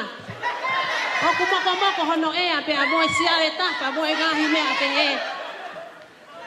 Whanga ofa pe ta ai neo hoko ki a... Hoko ki e kau. Koia, teu tewa e whasi, ke ta, mo una ke ka e to o e whanga ke ta hine. Koia.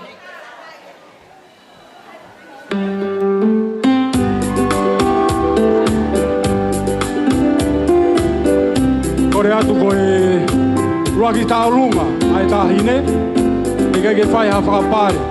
Tuku ke mea ke ai e o e whakawhe.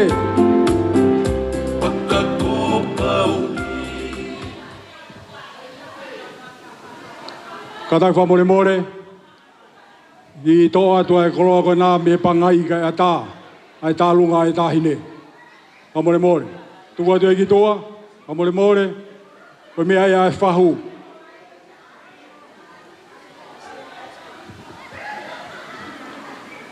Mō whakamore pē kāinga, a mō ki talango fua, ka tau ki mamata, i ura ki whakameite ai tāhine e aho. Malo.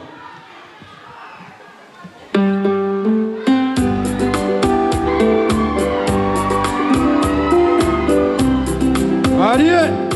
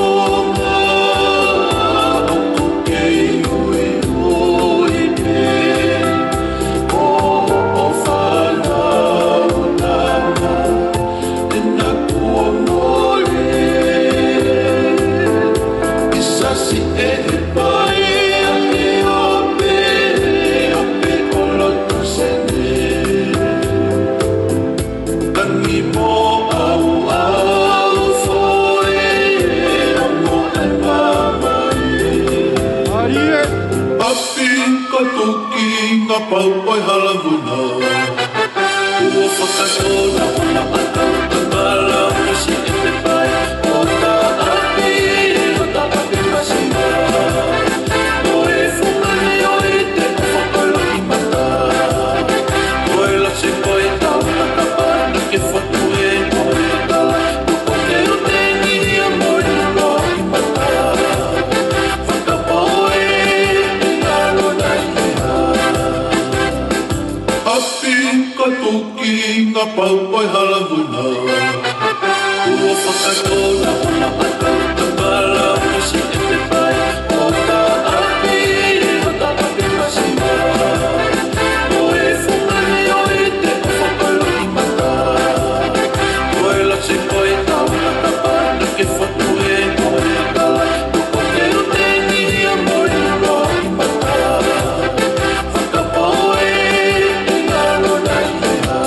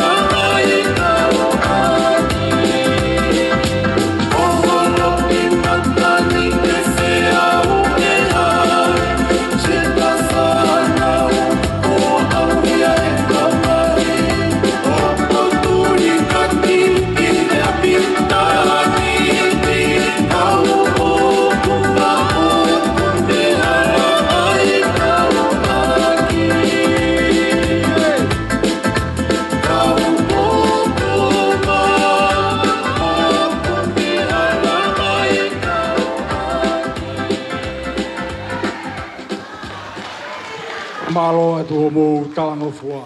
Ai koe tā koe ni ngofua rea mai whakapare.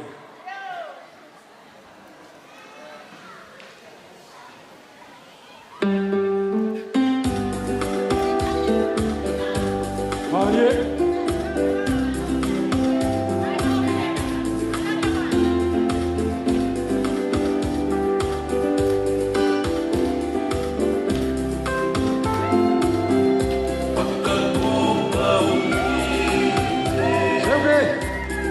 Okay.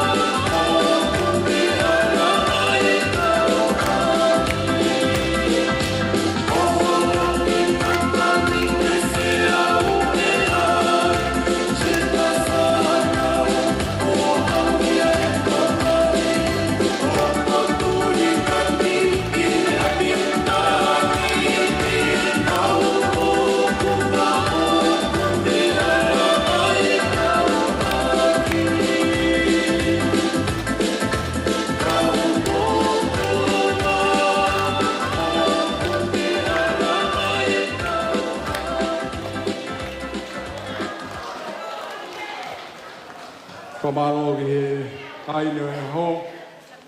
Vai ono whawhiwhia i ki tau tolu. Ia maari e pia moe wha. Ai tangata i ki a haringa noa. I loto e ahoni. Te tālunga i hono oho whiwhine. A hele whau. Ke lau pe. Ai lata e ngahi whae. O e hala manga o no. He haumare e ia. O e ne moko moko. DJ. Au taritari he ki he tālonga e whahu, tō mai a whas. Ki e taimeni. E tau taritari ai ki e tālonga koia, ai whahu e ahoni. Eh, so no one take it personal. We not talk about done. You think we confident? All me have to do is send for the new gun. Anything test dead. We just fly off those the head. All the mercy. Look at the so the boy get killed. Look at the sign on the well. Look at the boy get killed. Look at the look up in the barrel. We have a gun. Them down some billion saw. Get out the tongue. We have a gun. Them down some billion saw. Get out the tongue. When it's city, man a come. City, just down done. City, man a come. City, just down done.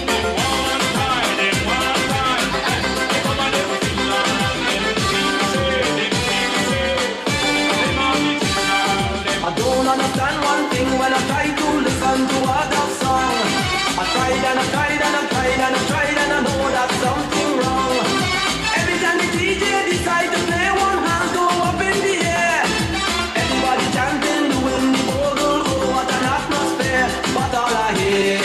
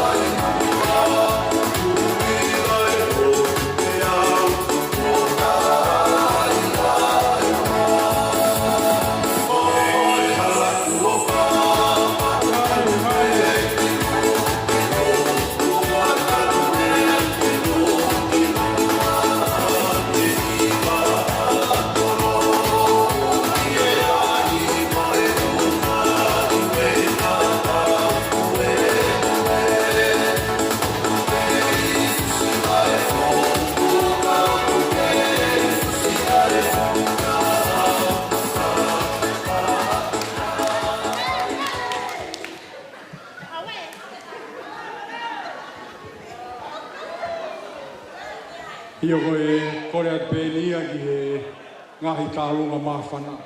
O ne osi pēa e tālunga e whahu, a tā ia, o koe ku e iaia o tālunga, hoko mai. O ku wawe pēa tau taimi. Angarewa ke matapure koe ni kene parea e tālunga ai whahu. Kore u whanga e ngai tā whatapu asana au whaki. A tā mau ke whakapoha atu ai tālunga koe ni. Koe tālunga koe ni koe tālunga o e whahu. Paku o se whahu. O ku hoko mai ai e ngahi whamei te kehe o e whahai mihe whahu. Tua whaatu.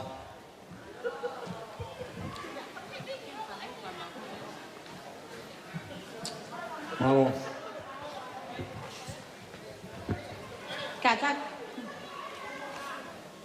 Katak whamore pe koe o ku lato whi maari e pe ai ki whanki kāsini o iringa noa na nau lava mai me e kiwi ke nau la ki tā i atu e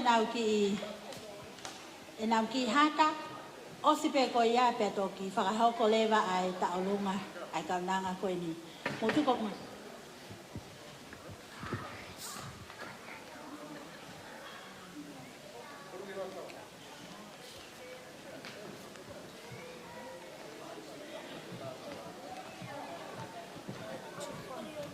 Kataki pe tahine pe fte yo aho ki ke lama mai mua ka si whakahoko ai.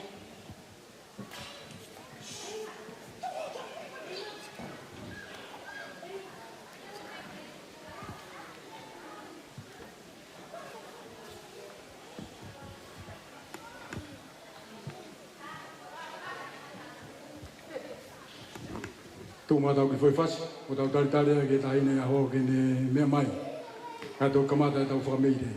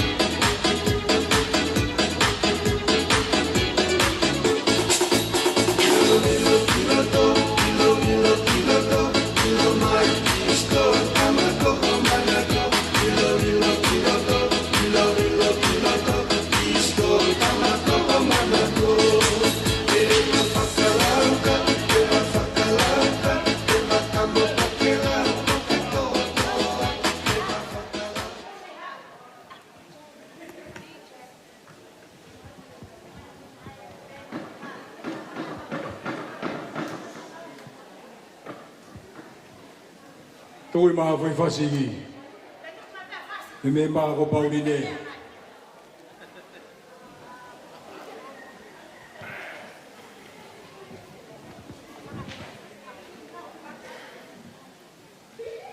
Io e taine ne hou ne mea mai e taimin. Kai kamata e tau ngahi whame i te. holo pe mua e mea e kau tātai whewhkau. Mo le pe he ngari whakamata toa e tau kātoa ngā e honi.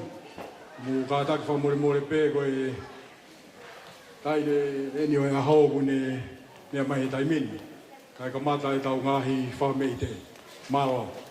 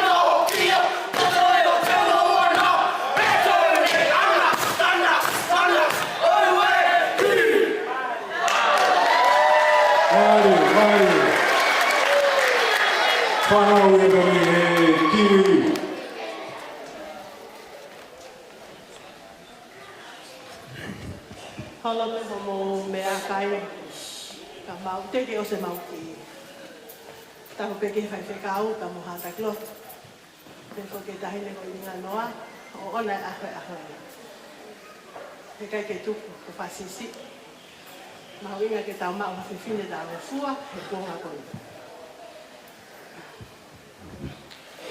Ko kole peke ka fifine mo ki unu mai. Ka fifine mo ki unu mai na hu atahi ka fafuri aha. Unu mai.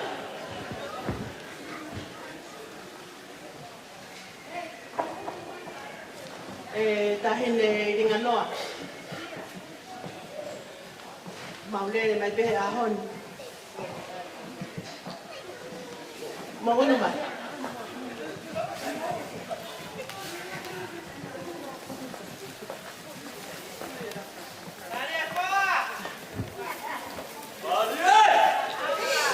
Mau iheni pe ke fai haki fatongia mo ki fala ngal ma au pe ahon. Ikai ha mea ya ma. Ki family ko ni. Kai ha mea ma.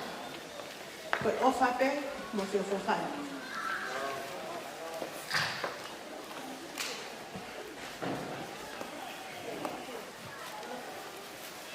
Kamu bagai ka fufi.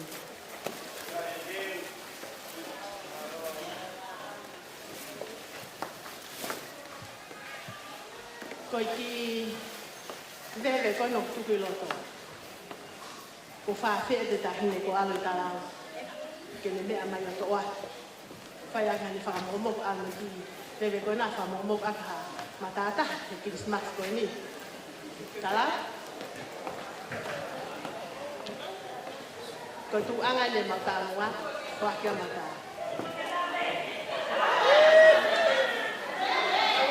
Me ama na ta hunda ma ki loto pe ta ni.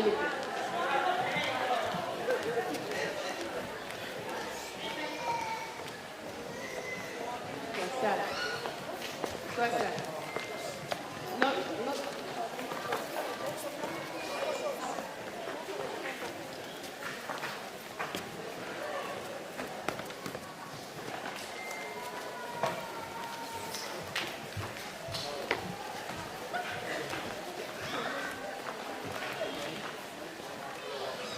Kaya, Korea mo itahne aho, kipanga ni mangona.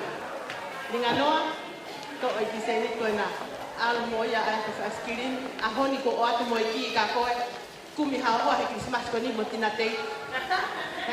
Dengan pu ye pare, kendalonga.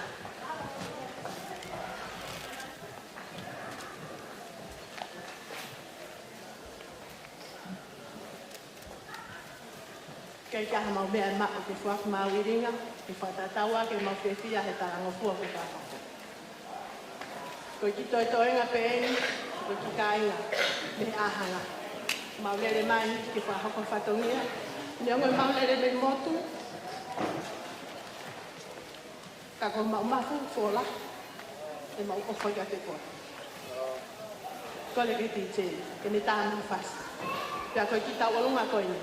Koe puonga whene remix. O kunele ai TikTok. O alua sumpa.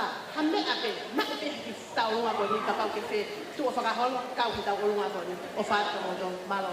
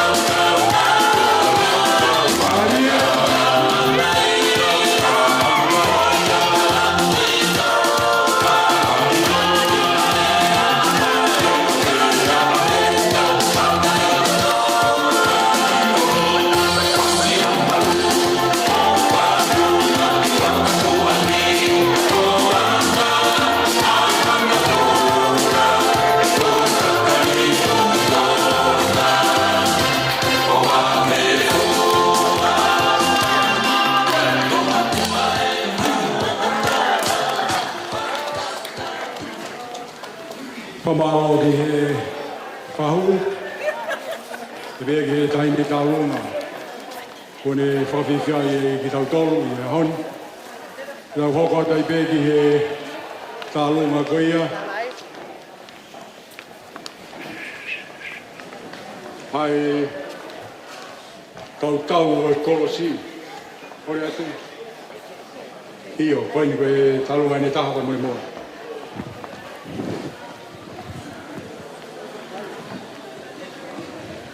Ko le peke uwhanga he whakatapuko Whawhai atu me muani kai whakahoko atu e ki whakameite koe ni.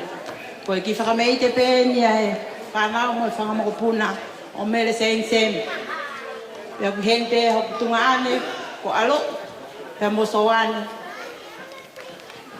Kai kia ha mea e maulinga. Whakamalo atu. Yo whakakau mai ki mautol ke maukau ngā fia. He aha koe ni ho tala ngofua. Koe ia ringa koe kia ha mea e moua. Koe ki paanga pe taha. Te ke mea ato hui. Me he whakamokopuna. Ke whai aki hao ki ewa anai. Ko ia tā mai e whasi.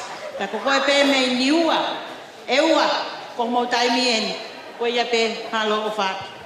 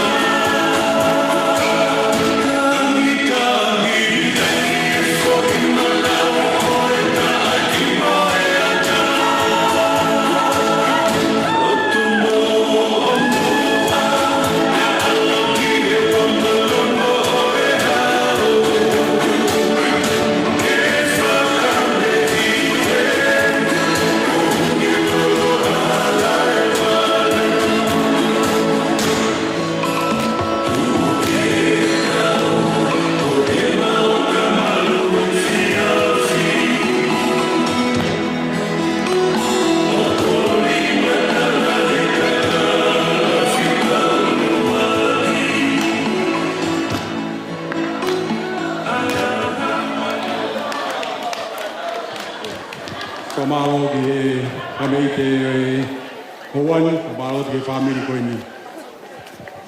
Tulo. Ko kore pe ke to fai mamari ko ini tu pe fa fita i no fa malo ke to mafmafi i fai mamari o fia ko ini. Ka ngai kai ke kawa si hoba he kai ke tawa si e fia fa kolo ko ini. Tahine ringa. Maure fa ta pe mai pala vepi. Pahetou taha vestou noa. Charm is deceitful, beauty is vain, but a woman who fears God, she is to be praised. Koe whakaafofa o koe kai ala whalalaki ai. Koe hoi fua o koe haha molofia. Ta koe whewhine o kune apasia ke Sihova, ko e nia ke whamaro ia, whawhetaka. Tupe mua ke tālatu hoku ponga, e te whatulo pe i he tala whatapka kato o e lotu mo e whanua. Kai tuku mua ke lako atu ai ki whatongia koe ni. Whinomotua whahawa a ko Cecilia Kula, ka kai whala ki he loto kai ano, pea mo e hufanga lupe. Koe ko he ni, koe kui koe ia ilinga. Hange koe mea ki ai ulumotua, Ko e lahi taha e ni o e whangakui me maka ko Pauline. Pe hoko ai a te vita koholo o ko tupu ai te mo e ulumotua. Pe hoko ai te mo vifaiinga o ku heni ai whanau mo e whangamopuna. Ma po tātoa heni tahine linga koe ki ha mea e ma o matuhi. Kai ki ha mea e ma o whangawhae masiva. Ka koe whekau whataha pe mo koe. Today is a Thanksgiving Day to the Lord. Glory and praises be the Lord above for all the blessings bestowed upon our family. And that's what makes this day very special. Rejoice in the Lord always. And again I say, rejoice in the Lord always. God is good all the time. Praise the Lord, hallelujah. Ko ke whiru motua o ku whai e taolunga whakameite o ilinga he po he whiawhini. Ko ne lele me meripoane, ko e ofe whine ni o motua lahi a te au, ko si isola ki fulutoni kolo, i loa peke tō lahi ko sola. Pea ko si ono ki ofe whine ni ko whanongo kolo. Pea ko iau ne whai e ki whameite ai whamiri. Mo e whanau, mo e whangamopuna,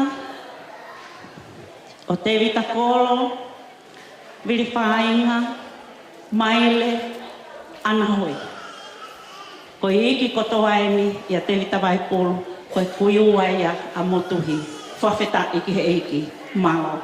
Ko i ki te teki o e tau olunga, ko le tahine ringa, whamole mole, ka ke me atu, tō mai ki tōla taha, whai o ki peha o ki tala noa. Pea whane osko ia, pea tau hoko atu, malo. Malo. Whamore more pe tahin tau olunga, koe tau mua aini o ku mea atu ai a whaiwhekau. Mu whamore more o e situa mai ki ai. Mu tau olunga, me he tawhaki ko ia, nofo pe ai, he koe tau mua aini ai ka tangatai whaiwhekau malo. Malo DJ, tō mai whasi.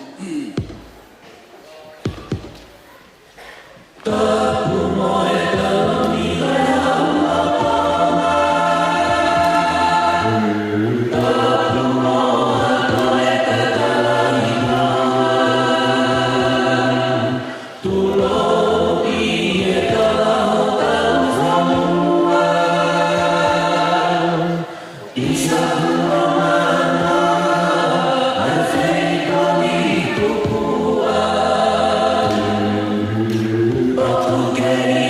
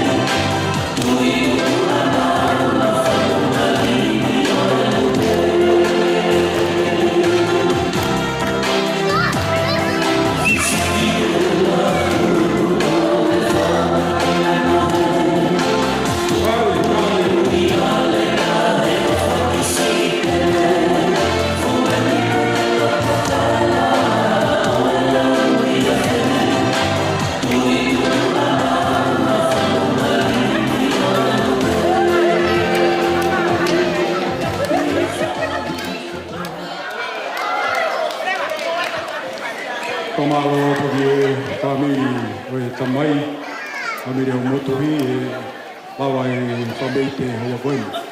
Kita hoko atai peke ngai whameite.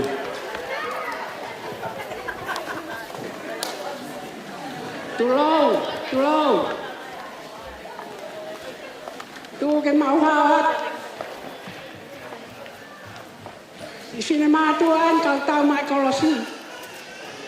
Ni sias ni se pesi. Kakea mea te mau maa. Ko whai pia whakamaite. Ke tahine o iaho. Ko mea pia ulawa he kau whiwhine koe ni. Koe a kore atu ke kau whiwhine ko toi tau mai kolosi. Mō mea ngai ki moani.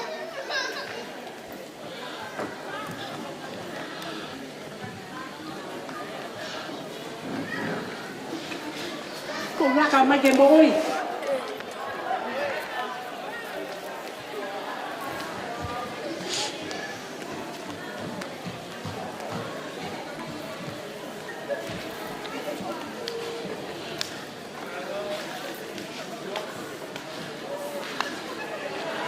Ko ia ka ki tālunga whai e kau whiwhine koe ne tau mai kolosi. Ko ki tahine me whai tālunga ko moko puna ia o se tuata. Ko ia tene whai e mau tālunga. Kai au kore atu hen ke talau, ke whai. Mea mai o hui atu. E teki teki.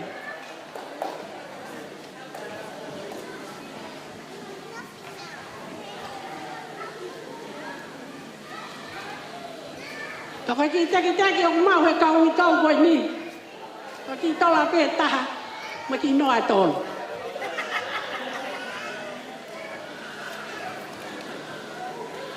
Ko ia ko rati sia i taha pasi.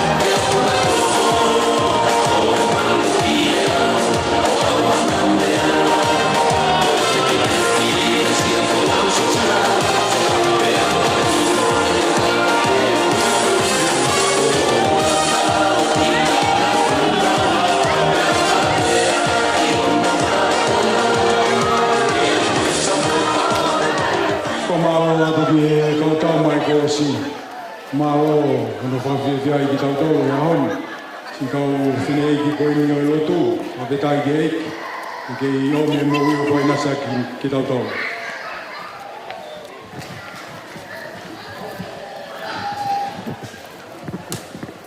Kore beheri ke u whakamalu atu hinga I tau whakatapu ko tō ke o te ono wā whaki.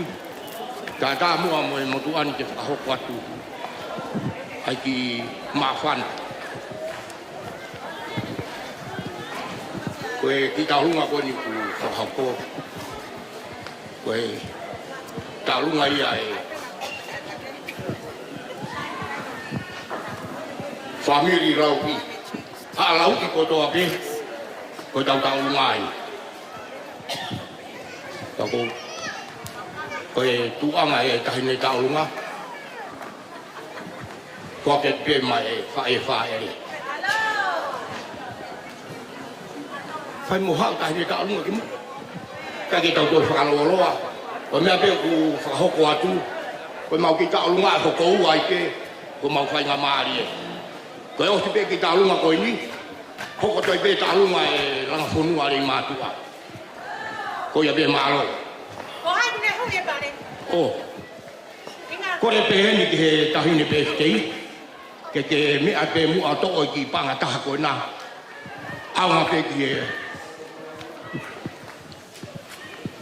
Hio pe ko ofo no he kahau. Koe ia pe mālo. Alamanga ono he ko aue. Kosi e te hau hau no ape. O tariko au ki a te koe. O tariko au ki a te koe.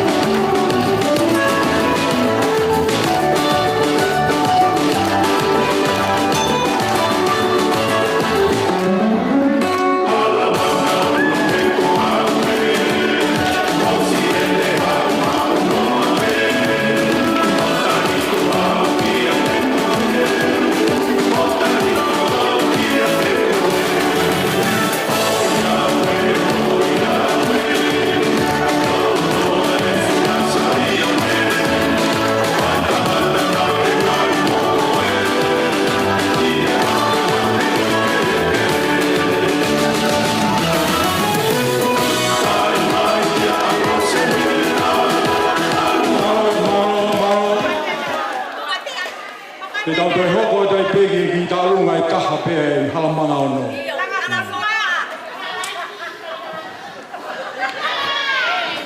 Mau pe whasiti chei, tō mai. Ia tako langa whanua ina rei mātua.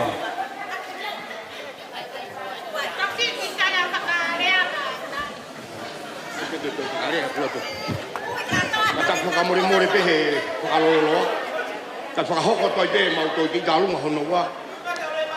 Koe tā runga ni ai ranga whanua rei mātua. I ronga peha taha ki konga ki rei mātua. E koe whakaukau ki rei mātua. Koe tā runga ai. Koe ia pe māro.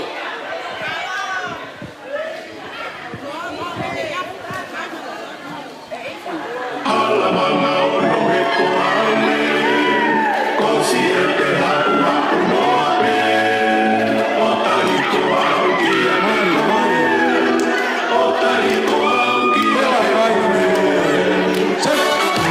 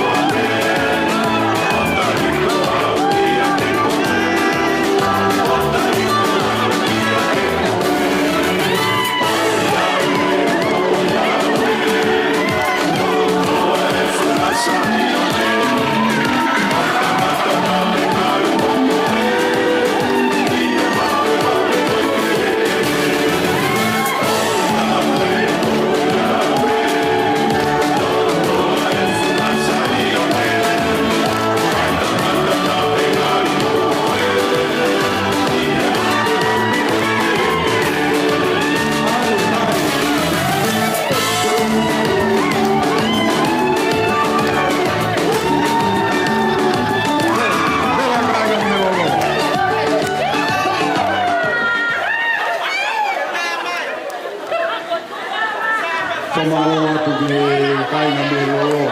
Ke tu mai bagi foi fas. Malo atu ko kalamangano.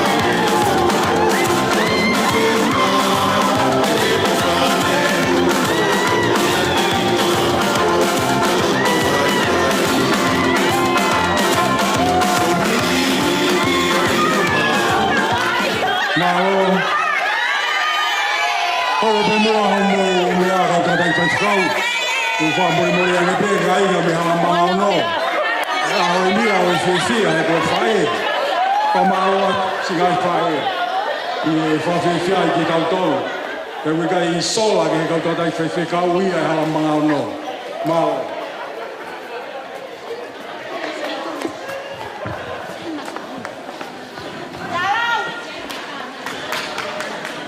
Aku mokole ke hufanga e fatap po ofeno afaki kata ke tomia fatomia o fiafkren. Ko tu pe ke fa ko ki fatomia ko e kupu ai loto fo i sene fra fa o ku ka wai ai ko matua ai tai ni fai aho o e fias ko en pe ko ia te ke fai ma ta lunga o ko le ke tai me mo atu foi fas kai hu mai ka fine eki o ku lupu ko ni ki loto pe to fa ka pe fatomia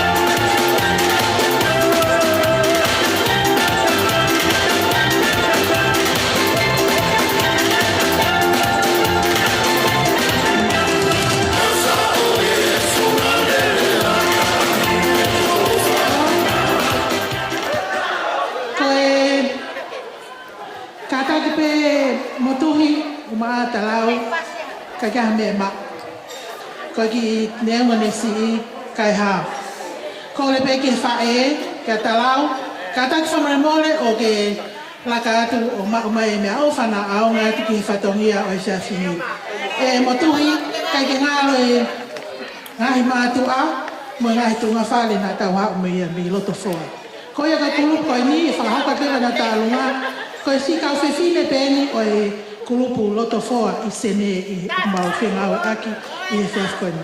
Tua o whaatu kai tae mai whewhasi. Tu mai whaji i DJ, whamoi mo.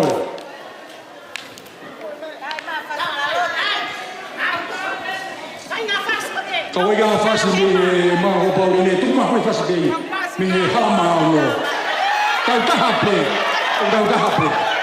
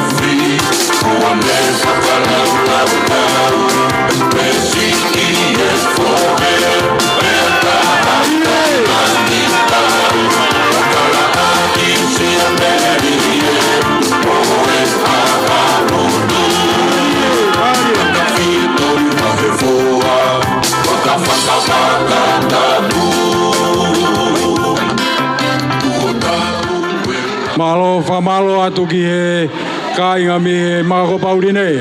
Ka tau hoko atu. Holo pe mua e ilo e kau whaiwhakau. Whamore more pēu. Kei lahi pē tau ngai whamei te. Kore ke ufanga e whatap ko sono a whaki. Ka ta mo ke whangamari e koe ni ke whakahoka te ki whatongia tu a koe ni. Koe ki tālunga koe ni, ke tālunga e mau whai tangata minusila. Ba inga ka masumba ma whanau. Oku ke ia mea e mau ke whaki mai taine peftei aho koe ni. Koe tola pe taha. Ke ka taki mua taine peftei o mea ato o hui a e te ke tahin tālunga. Pia koe tuanga e tahine tālunga o whakpeia mai whae re kia koe talau ke fuaka whatongia koe pe malo.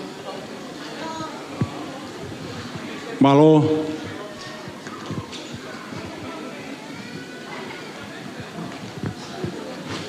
Kore ke tō atua e ngai koloa kona ka tā e pangai. Pamore more. Ka taki ti chei tā mai whasi.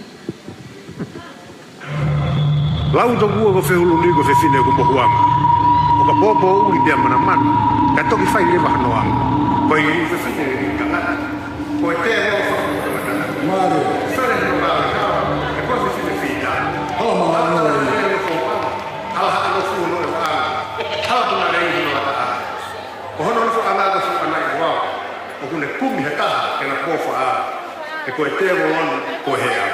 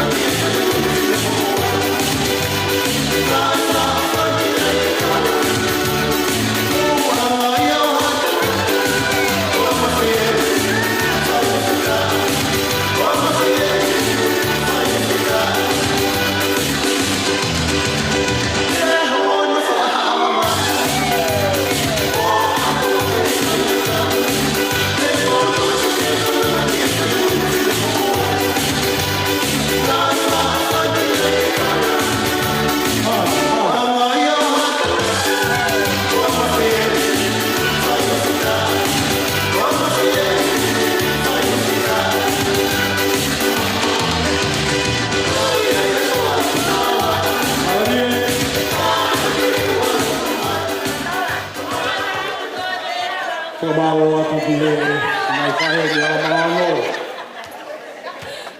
Ko pe io ai tai no whahu, tau mai tau tatai pe kau.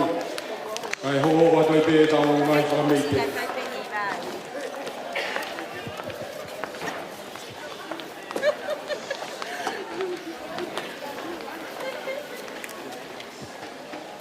Whakatolo watu. Katupe mo ke whamalumalo pe tala whatapa. Pe kamata ke katonga a komi. Katape mo mo ke whafafonga atu. Ai whamei ki huna na ki hoko mai.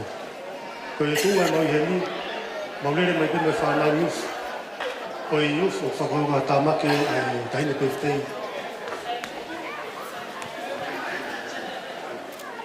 Ai tahine peftei whafkoni. Pako tupu whafafonga te mau presteni. Kai mo i whanau, e ma ofa ke te koe i ringa. Nga koe maka maire, o ke au sia he aho koe ni. Koe hiuwhenu ke ofa ai, pa neongo ko mo whake te tawa taina. O ke mana tu, koe tunu tanga au ke ta haukat ki ai. He piri pe koe. Koe whi whamei te maurau nei mo iau ku rua. Pa ko kore pe te mātua, ka waha mo ofa. Pe a ataa pe whanau ke mo whakapare. Pe ko kore ke whanau. Ate pare o te ke fufu. O se tau whaiwa, i tānaki mai ia, ko haa ki mea te tau mawai, ko tau mea ofa pia, e taine te ftei aha koe mea. Koe ma ofatu, i ringa, tau me mau haa arerei maha manu ia, ofatu.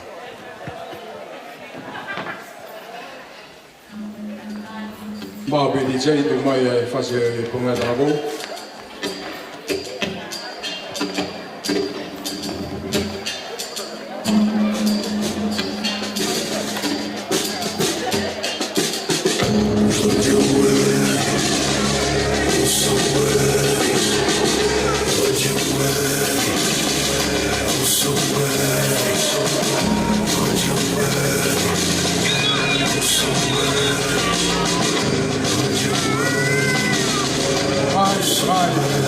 whanau.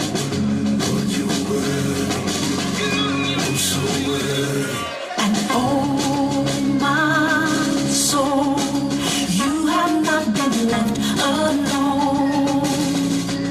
For he counted us worthy, so let's be worthy. Just trust and know you're strong enough to carry on. He counted us worthy, so let's be worthy. Oh my soul, your name is written in the book of life. Keep walking in dominion and his mind. You serve the Son, you serve the one who knew you long before you begun. And you are worthy, and you are worthy. Go ahead and encourage yourself. Look inside and draw from the well. The water flows and heaven knows that you can't make it on your own. You said you're worthy, so let's be worthy. And oh my soul, you have not been left alone. For he counted us worthy, so let's be worthy. Just trust and know you're strong enough to carry on.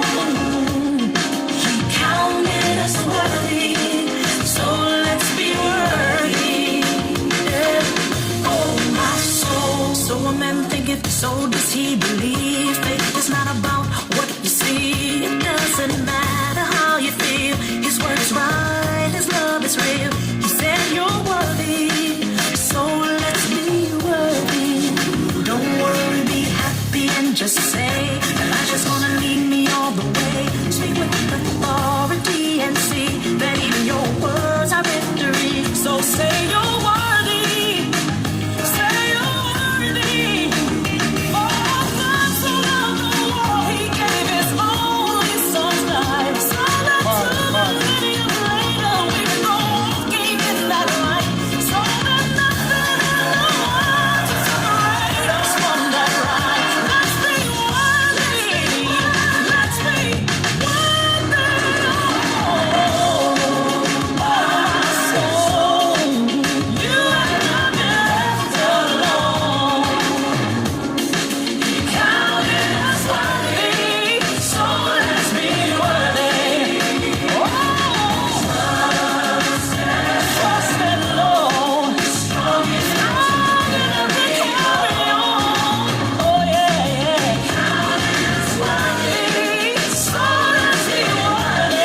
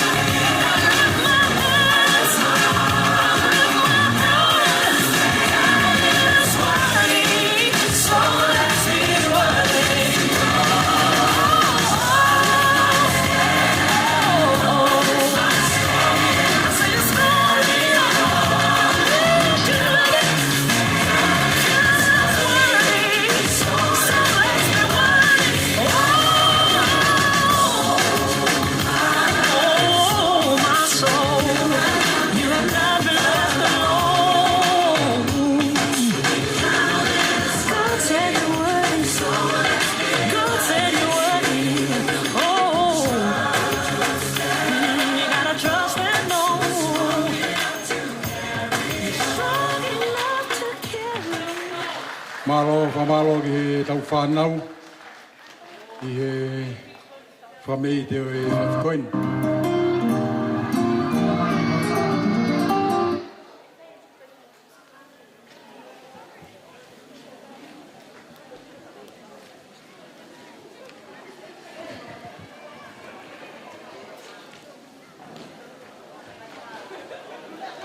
Tukataki pe, toi pe ngahi lau miniti mei hen. Pea hose e tau katoanga.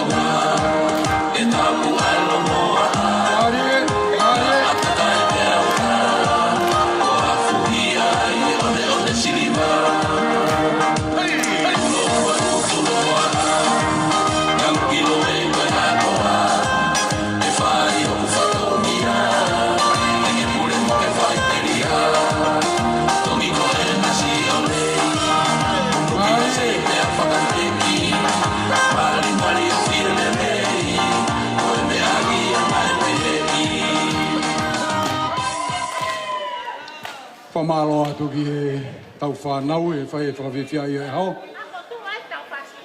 Holo pe mua e tahine whahua kau maa e kau tangatai whiwhkau. E tau hoko atai pe mahalau toi peha tau whai tālunga e ua. Pe ai kuna ai tau whamite e hon. Kore ke u whanga he ngai whātapu ne kamata aki a aho katoa ngana. Kai ata mo pe whainga maare ko eni ke whawhawhonga ato e whiwhia. Ko e hui, ko e hokosia, e linga hono aho, ta ua taha i he aho ko eni. Whawhitai ke he iki, he lelei ko toa pē mo tā poaki wo inasa ka e kaunanga ko eni. Hausia e ahoni, lea whakataha pē, whawhitai e mea ko toa pē. Ko tū ke whawhawhonga, o kia e timi he siasi o kui ko Climate Change Team. Pea me siasi ko na Auburn Parish Uniting Church. Ko e uhi ko ki kaunanga ko e ni o kau ia he me mi pai timi ko e ni pe ko kau he kau sekeritari e ki timi ko e ni whakataha po honau whaamiri ko toa. E whakawhawhonga mai me he siasi o misa pēsi. O kau whataha pia mo e ki timi Climate Change. Ne whai mai a ngā ue a timi ko e ni Climate Change. Pea hokosia e taimi ne lawai a linga ki University.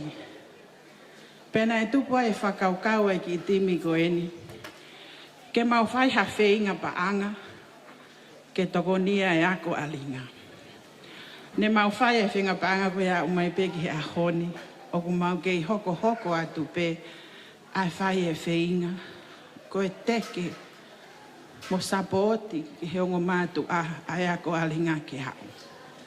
O kui kai ngata pe ko ringa, ka aku kawai mo mātu a wāhenga Albany, i he whainga paanga a ki Climate Change Team, ke toko nia e ako e tau whanau. A honi linga, mo tuhi ka mā talau. O masiva ho mauni mā, ke whakahonga ia, ai aho mau ingani.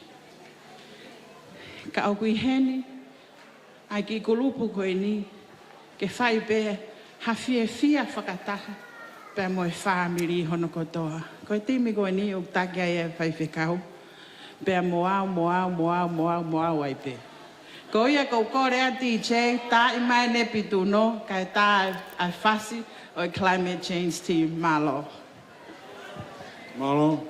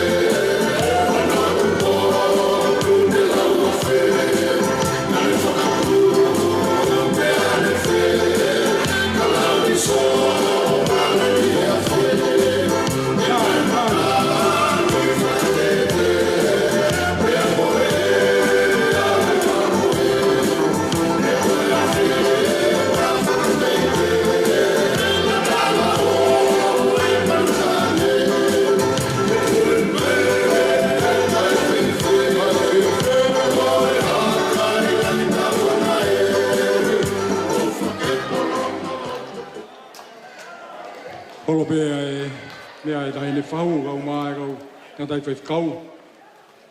Hoko kua tai pe e tau mau toi peha tau koi whamee te taha. Pea tau au ki he whakau singa. Oi polokalama o e whiawhkoe.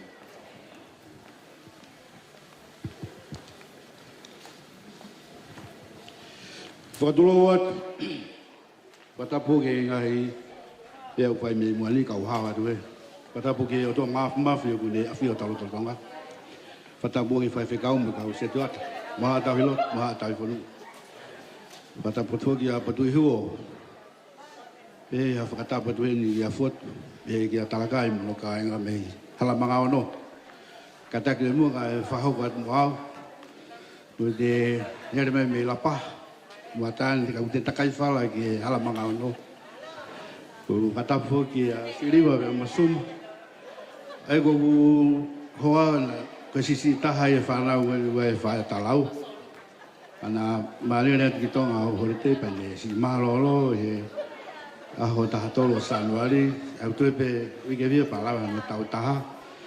Kau ku roto pene ni whanau ke whae whakamei te maaringa e hon. Ko ia mo kata ko mea mai ke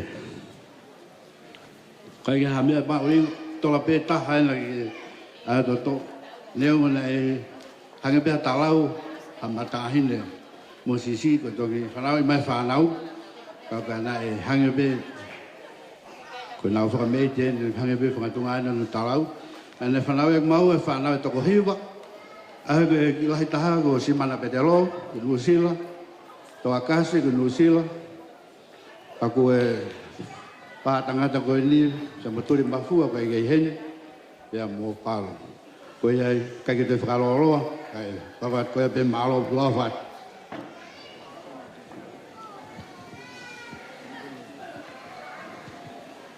Kore atu ki he singai whae atalau.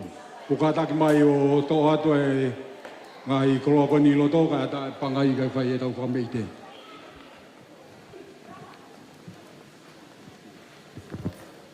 Kataki pe tani peftei ato tō mai ki tola taha ko nā lawa hau kui askirim ko ia pe malo uhat. Malo. Tō, iwe,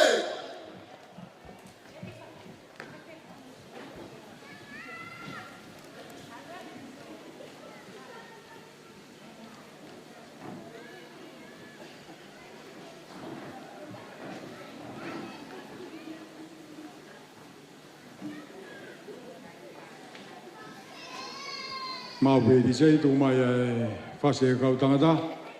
Tau, to, iwe. He me ape mu aka whainga, i he hiwa mo e aka whakatonga. Haka ilalo, haka ilalo, haka iloto te ki whaiwa e sino. Iwe. He me ape mu aka whainga, i he hiwa mo e aka whakatonga. Haka ilalo, haka ilalo, haka iloto te ki whaiwa e sino. Iwe. E tonu e loto, tonu e sino, tonu e sino, e a tonu e omo.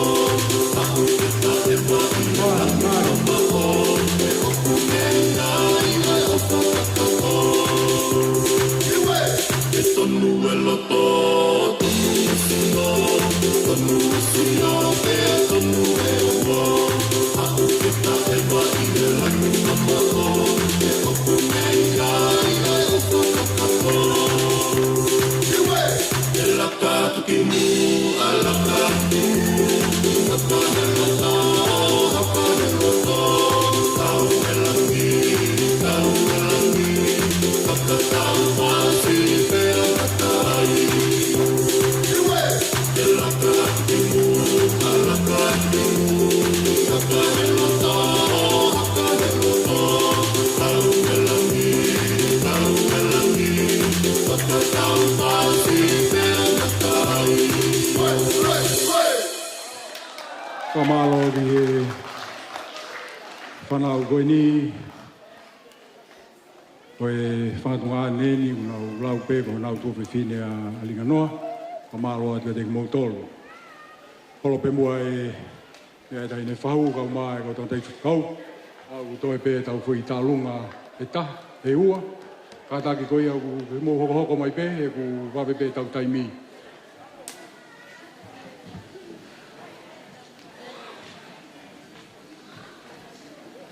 Koe one wharea e tālunga koe ni, e kātaki mai he taimini. Ko le pege u whanga ngai whakatapu o se whai. Ka uha ua ele wa whai ai whatongia. He whanga whae. Iyo, ko ia pehe ko mau pe e tamai, pau toi mau pe e whae. Whanga more atu. Koe hauen me he hala manga o no. Pea koe veisiare, haa nofu. Pea mohono ngahi matala i akau siale tafa. Moe koe ai kau whanga whae kone a talau.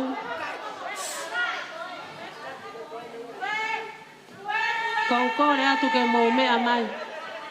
Suma ko ia koe whanga whae a mou mea mai, siliva, mei Hawaii. Koe ai peke ilo ina nau si wholau mai me ngahi potu keke, New Zealand, Amerika, Hawaii, Lolopuko, Veisiare, moe ngahi mea pehe. Mou mea mai, kai oa, oku mou mohe, mou ahake. Ko ia, mou mea mai kai tae whasi. Koe hae whasi. Ko ia ai tahine i ringa noa, mea mua o to e tek-teki whanga whae ko ni. Ko ia pe malo tama e whasi ka tau ho. Lau toku o whehulu ni ko whewhine ko pohuanga. O ka popo ui pia mana mana. Ka toki whai rewa noa. Malo. Ko i whewhine i tangata. Ko e te mo whakapapatamata. O ku where hono ngā ui hawa, e ko whewhine whita. Hala tala here hono whauanga. Hala haa no fu no e waanga. Hala puna rei hono la taanga. Ko hono no fu anga ka fu ana e wau. O kune kumi he taha ke na pofa ala. Ke koe te woloni ko he ala. Mario.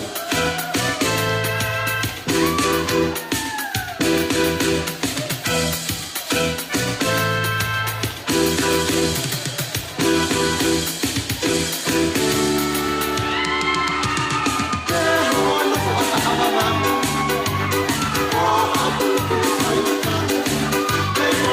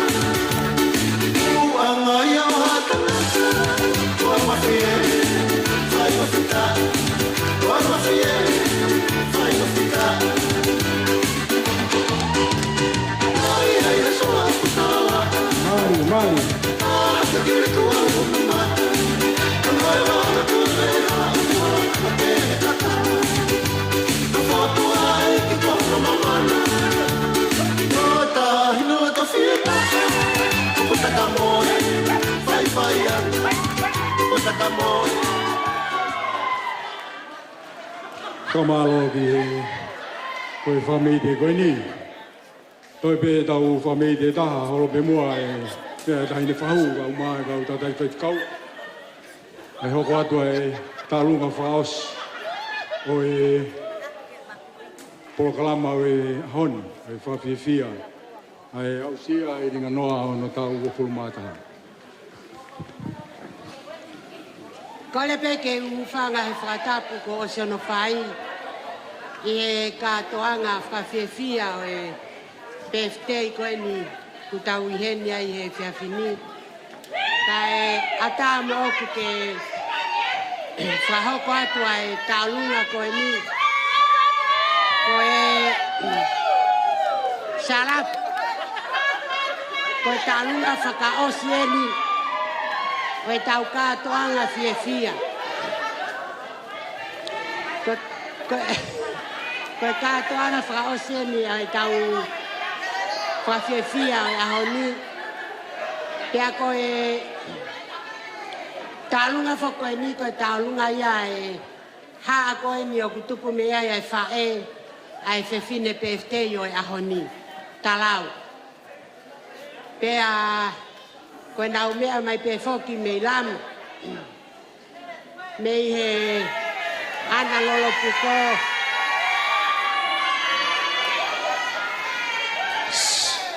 Mo whanau mai pe kourea ka mo long. Oa te mo lea. Na ulea atu ka mo tolu. Ka mo maa. Sai, ko tahina taulunga e aho ni. Nai lere mai ia mei he... Mei Nusila. Hau mei Nusila. Pe he whoki ki e... Talunga e mi e haa afsipa. Afsipa mo talakai. O te moto e longoa e tai mo kourea ie.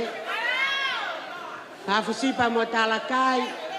Pea pehe whoki ki e whanau a muri, whanau a kakala, mo ni whamo puna. Pehe whoki ki a kāsete, pea mo sis. Pea pehe whoki ki e taine koritiana, lava mai a mehe i kare. Tau i heni he whiawhi koe ni. Koia, ko tātou whia ke tuko mo whaarea. Taine o kourea ie. Sai koia ai ofalahi atu ka te mo tolu ko toa pe. Ai kau a ahi kau maae. U siasi ko toa pe mo kau mai mo kau tolu. I he whiohi anga koeni. Ofalahi atu ka te mo tolu. Ofa ke mo mau. A aho kirismasi whonu tāpe kina.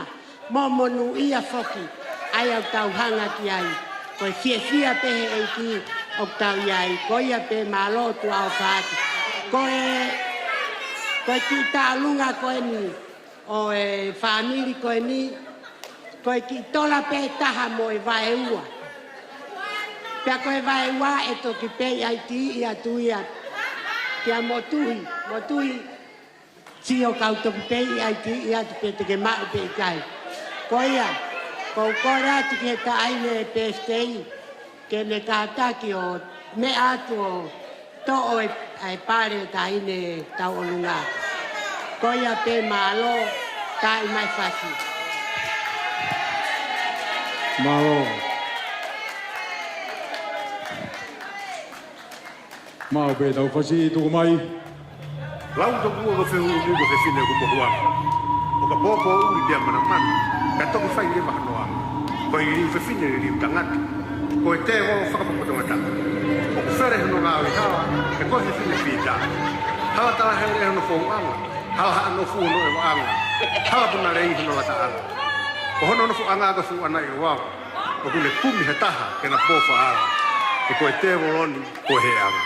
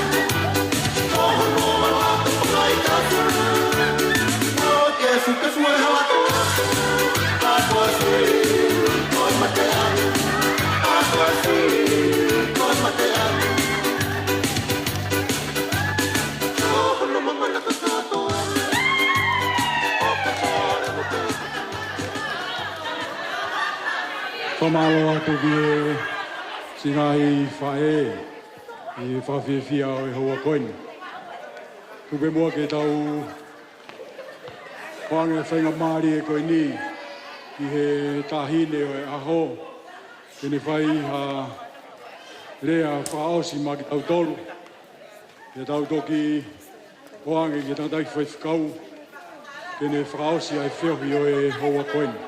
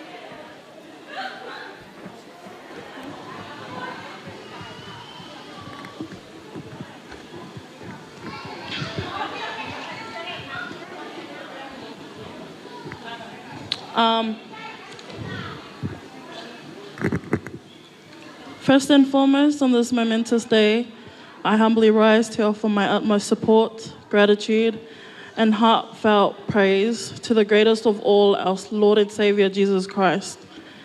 It is through his boundless grace and unwavering love that I find myself standing here today, surrounded by the warmth of all your presence.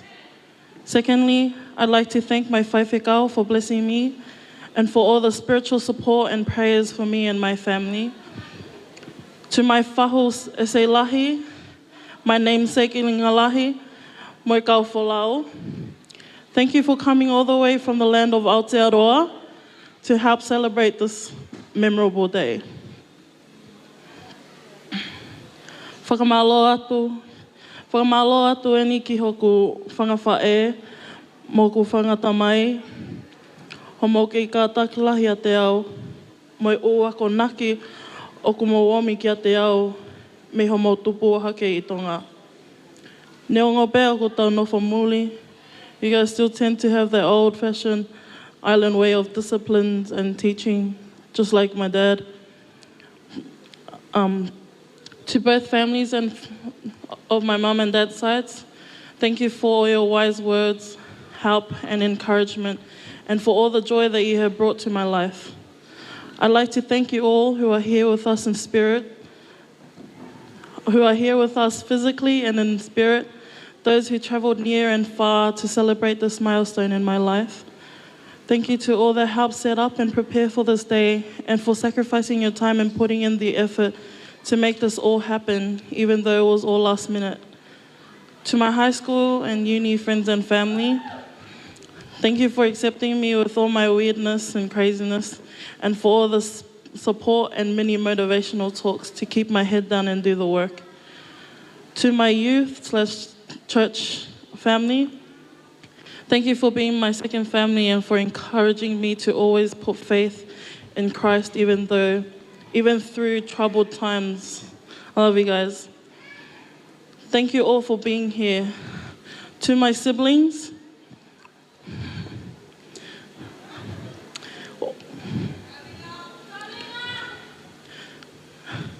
although you guys know how to push buttons and really get to me,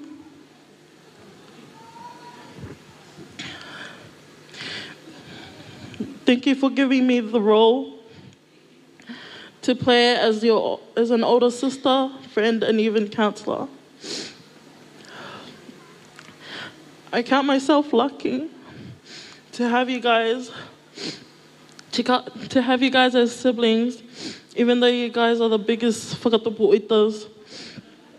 No matter how old we get or where our lives take us, I will always be here to love, appreciate, admire, and support you both until that day comes.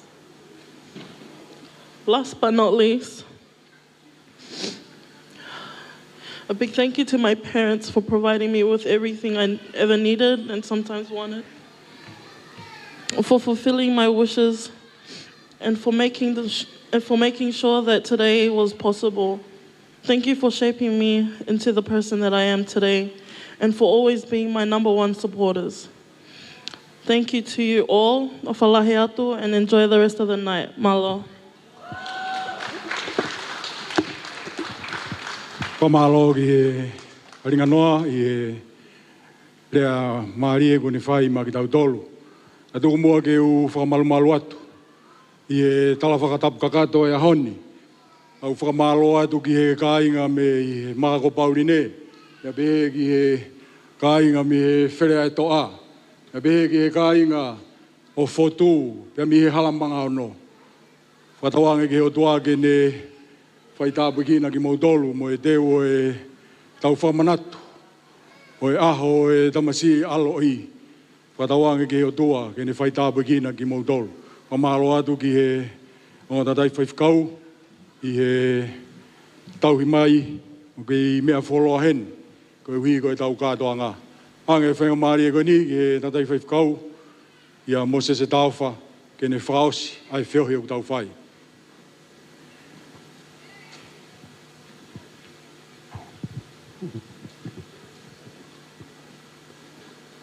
Whatapu ki o tō mafi, ko ke hufanga te ngai whatapu ko tō be, ko si au whaki, ka tā moau ke whai hatau lotu tuku.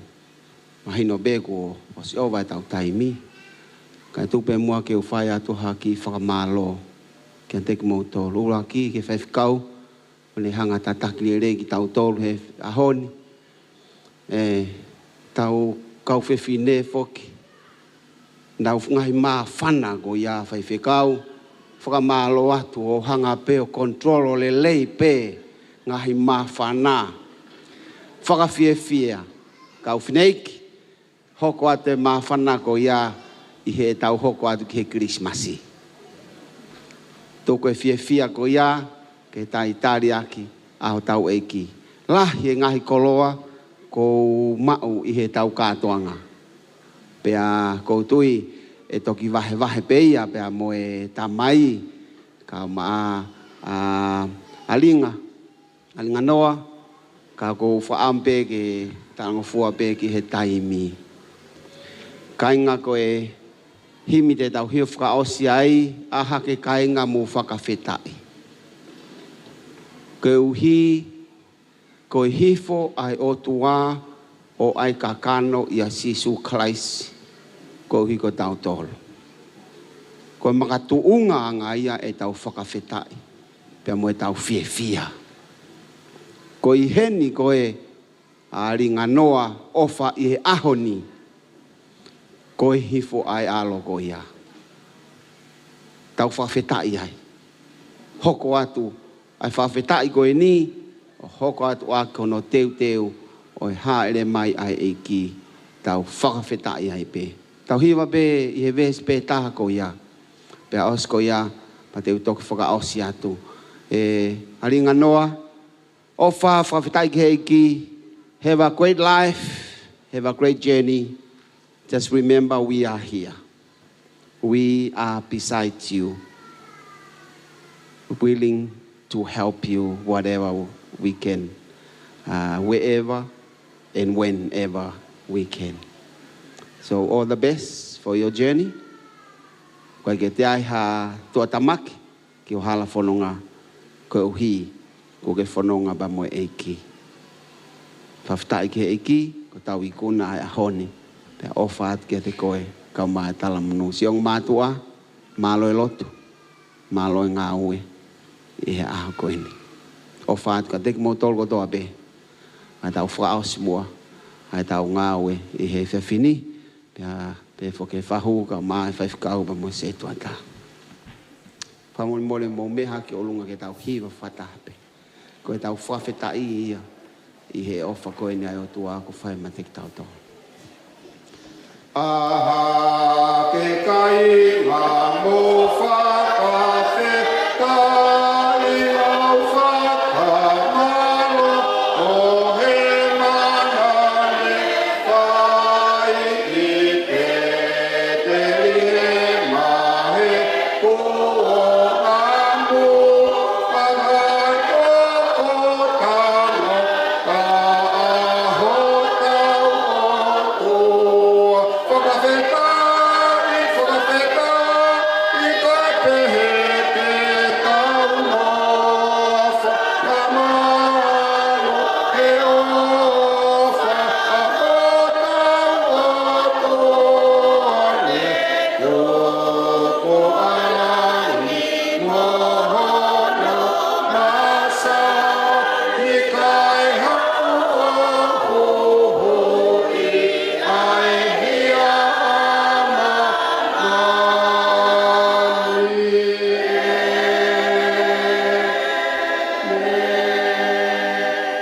ko mauloto ia, ke mo maulau mali e. O ko atua ke ai whawheta ki he awhione. Tuko ke mau i kuna, ai ngā ue o e ahoni. Ka koe maalari e ofa ai awhiona, ko mau taimari e ai. Eiki taria mai mua, taria mai ai wheilau ko mau whai tu ke awhiona. Longa ha mau tono no, whakamole ki mau tono. Mau loto atu kia te koe, e tuko atu ai pe, e kaunanga aku hinga e mau i heni. Ke awhnima, mafi o e awhiona, ke whai mai tono tataki. Po ke ni maia, pia ke taki ai o toa, i hala, po ke whina ngalo kia. Whai taha pe kina mai, si o mātua, ka māsi whanui. Ai whahu e, ka māngau tonu kotoa pe, si whanonga mai mi he waha mamau. Ka uhi koe ofa mai. whakawhok le rei ki nau tolu. Ke ngai whonua me ngai whetu na nau wholau mai me ai. E ge mo hanga at kia te koe, ke whao taha e beho maulau maari e hanga at ke taritari. Ai e koe meri no ka koe Immanuela, ke tuku mai, e whakamole mole i, e huhu i maungahi ang hala. Whawheta. Whawheta.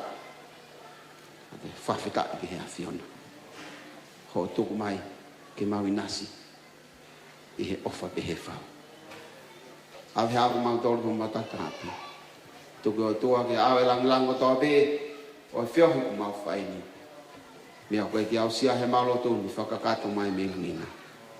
Au lotu kotoa ngai me ane keresa tau eki ko si suklaisi. Mo e o whae tua me whio he lau maari e maani ona. Teki mau tolu kotoa pe ia o tangata. Amen.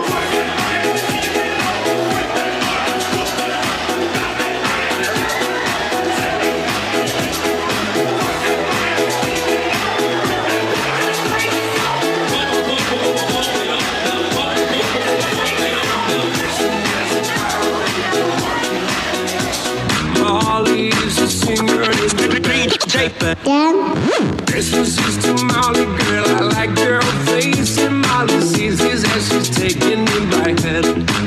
Oh, bloody, life goes on, yeah. La la la la, life goes on. Oh, bloody, life goes on, yeah. La la la la, life goes on.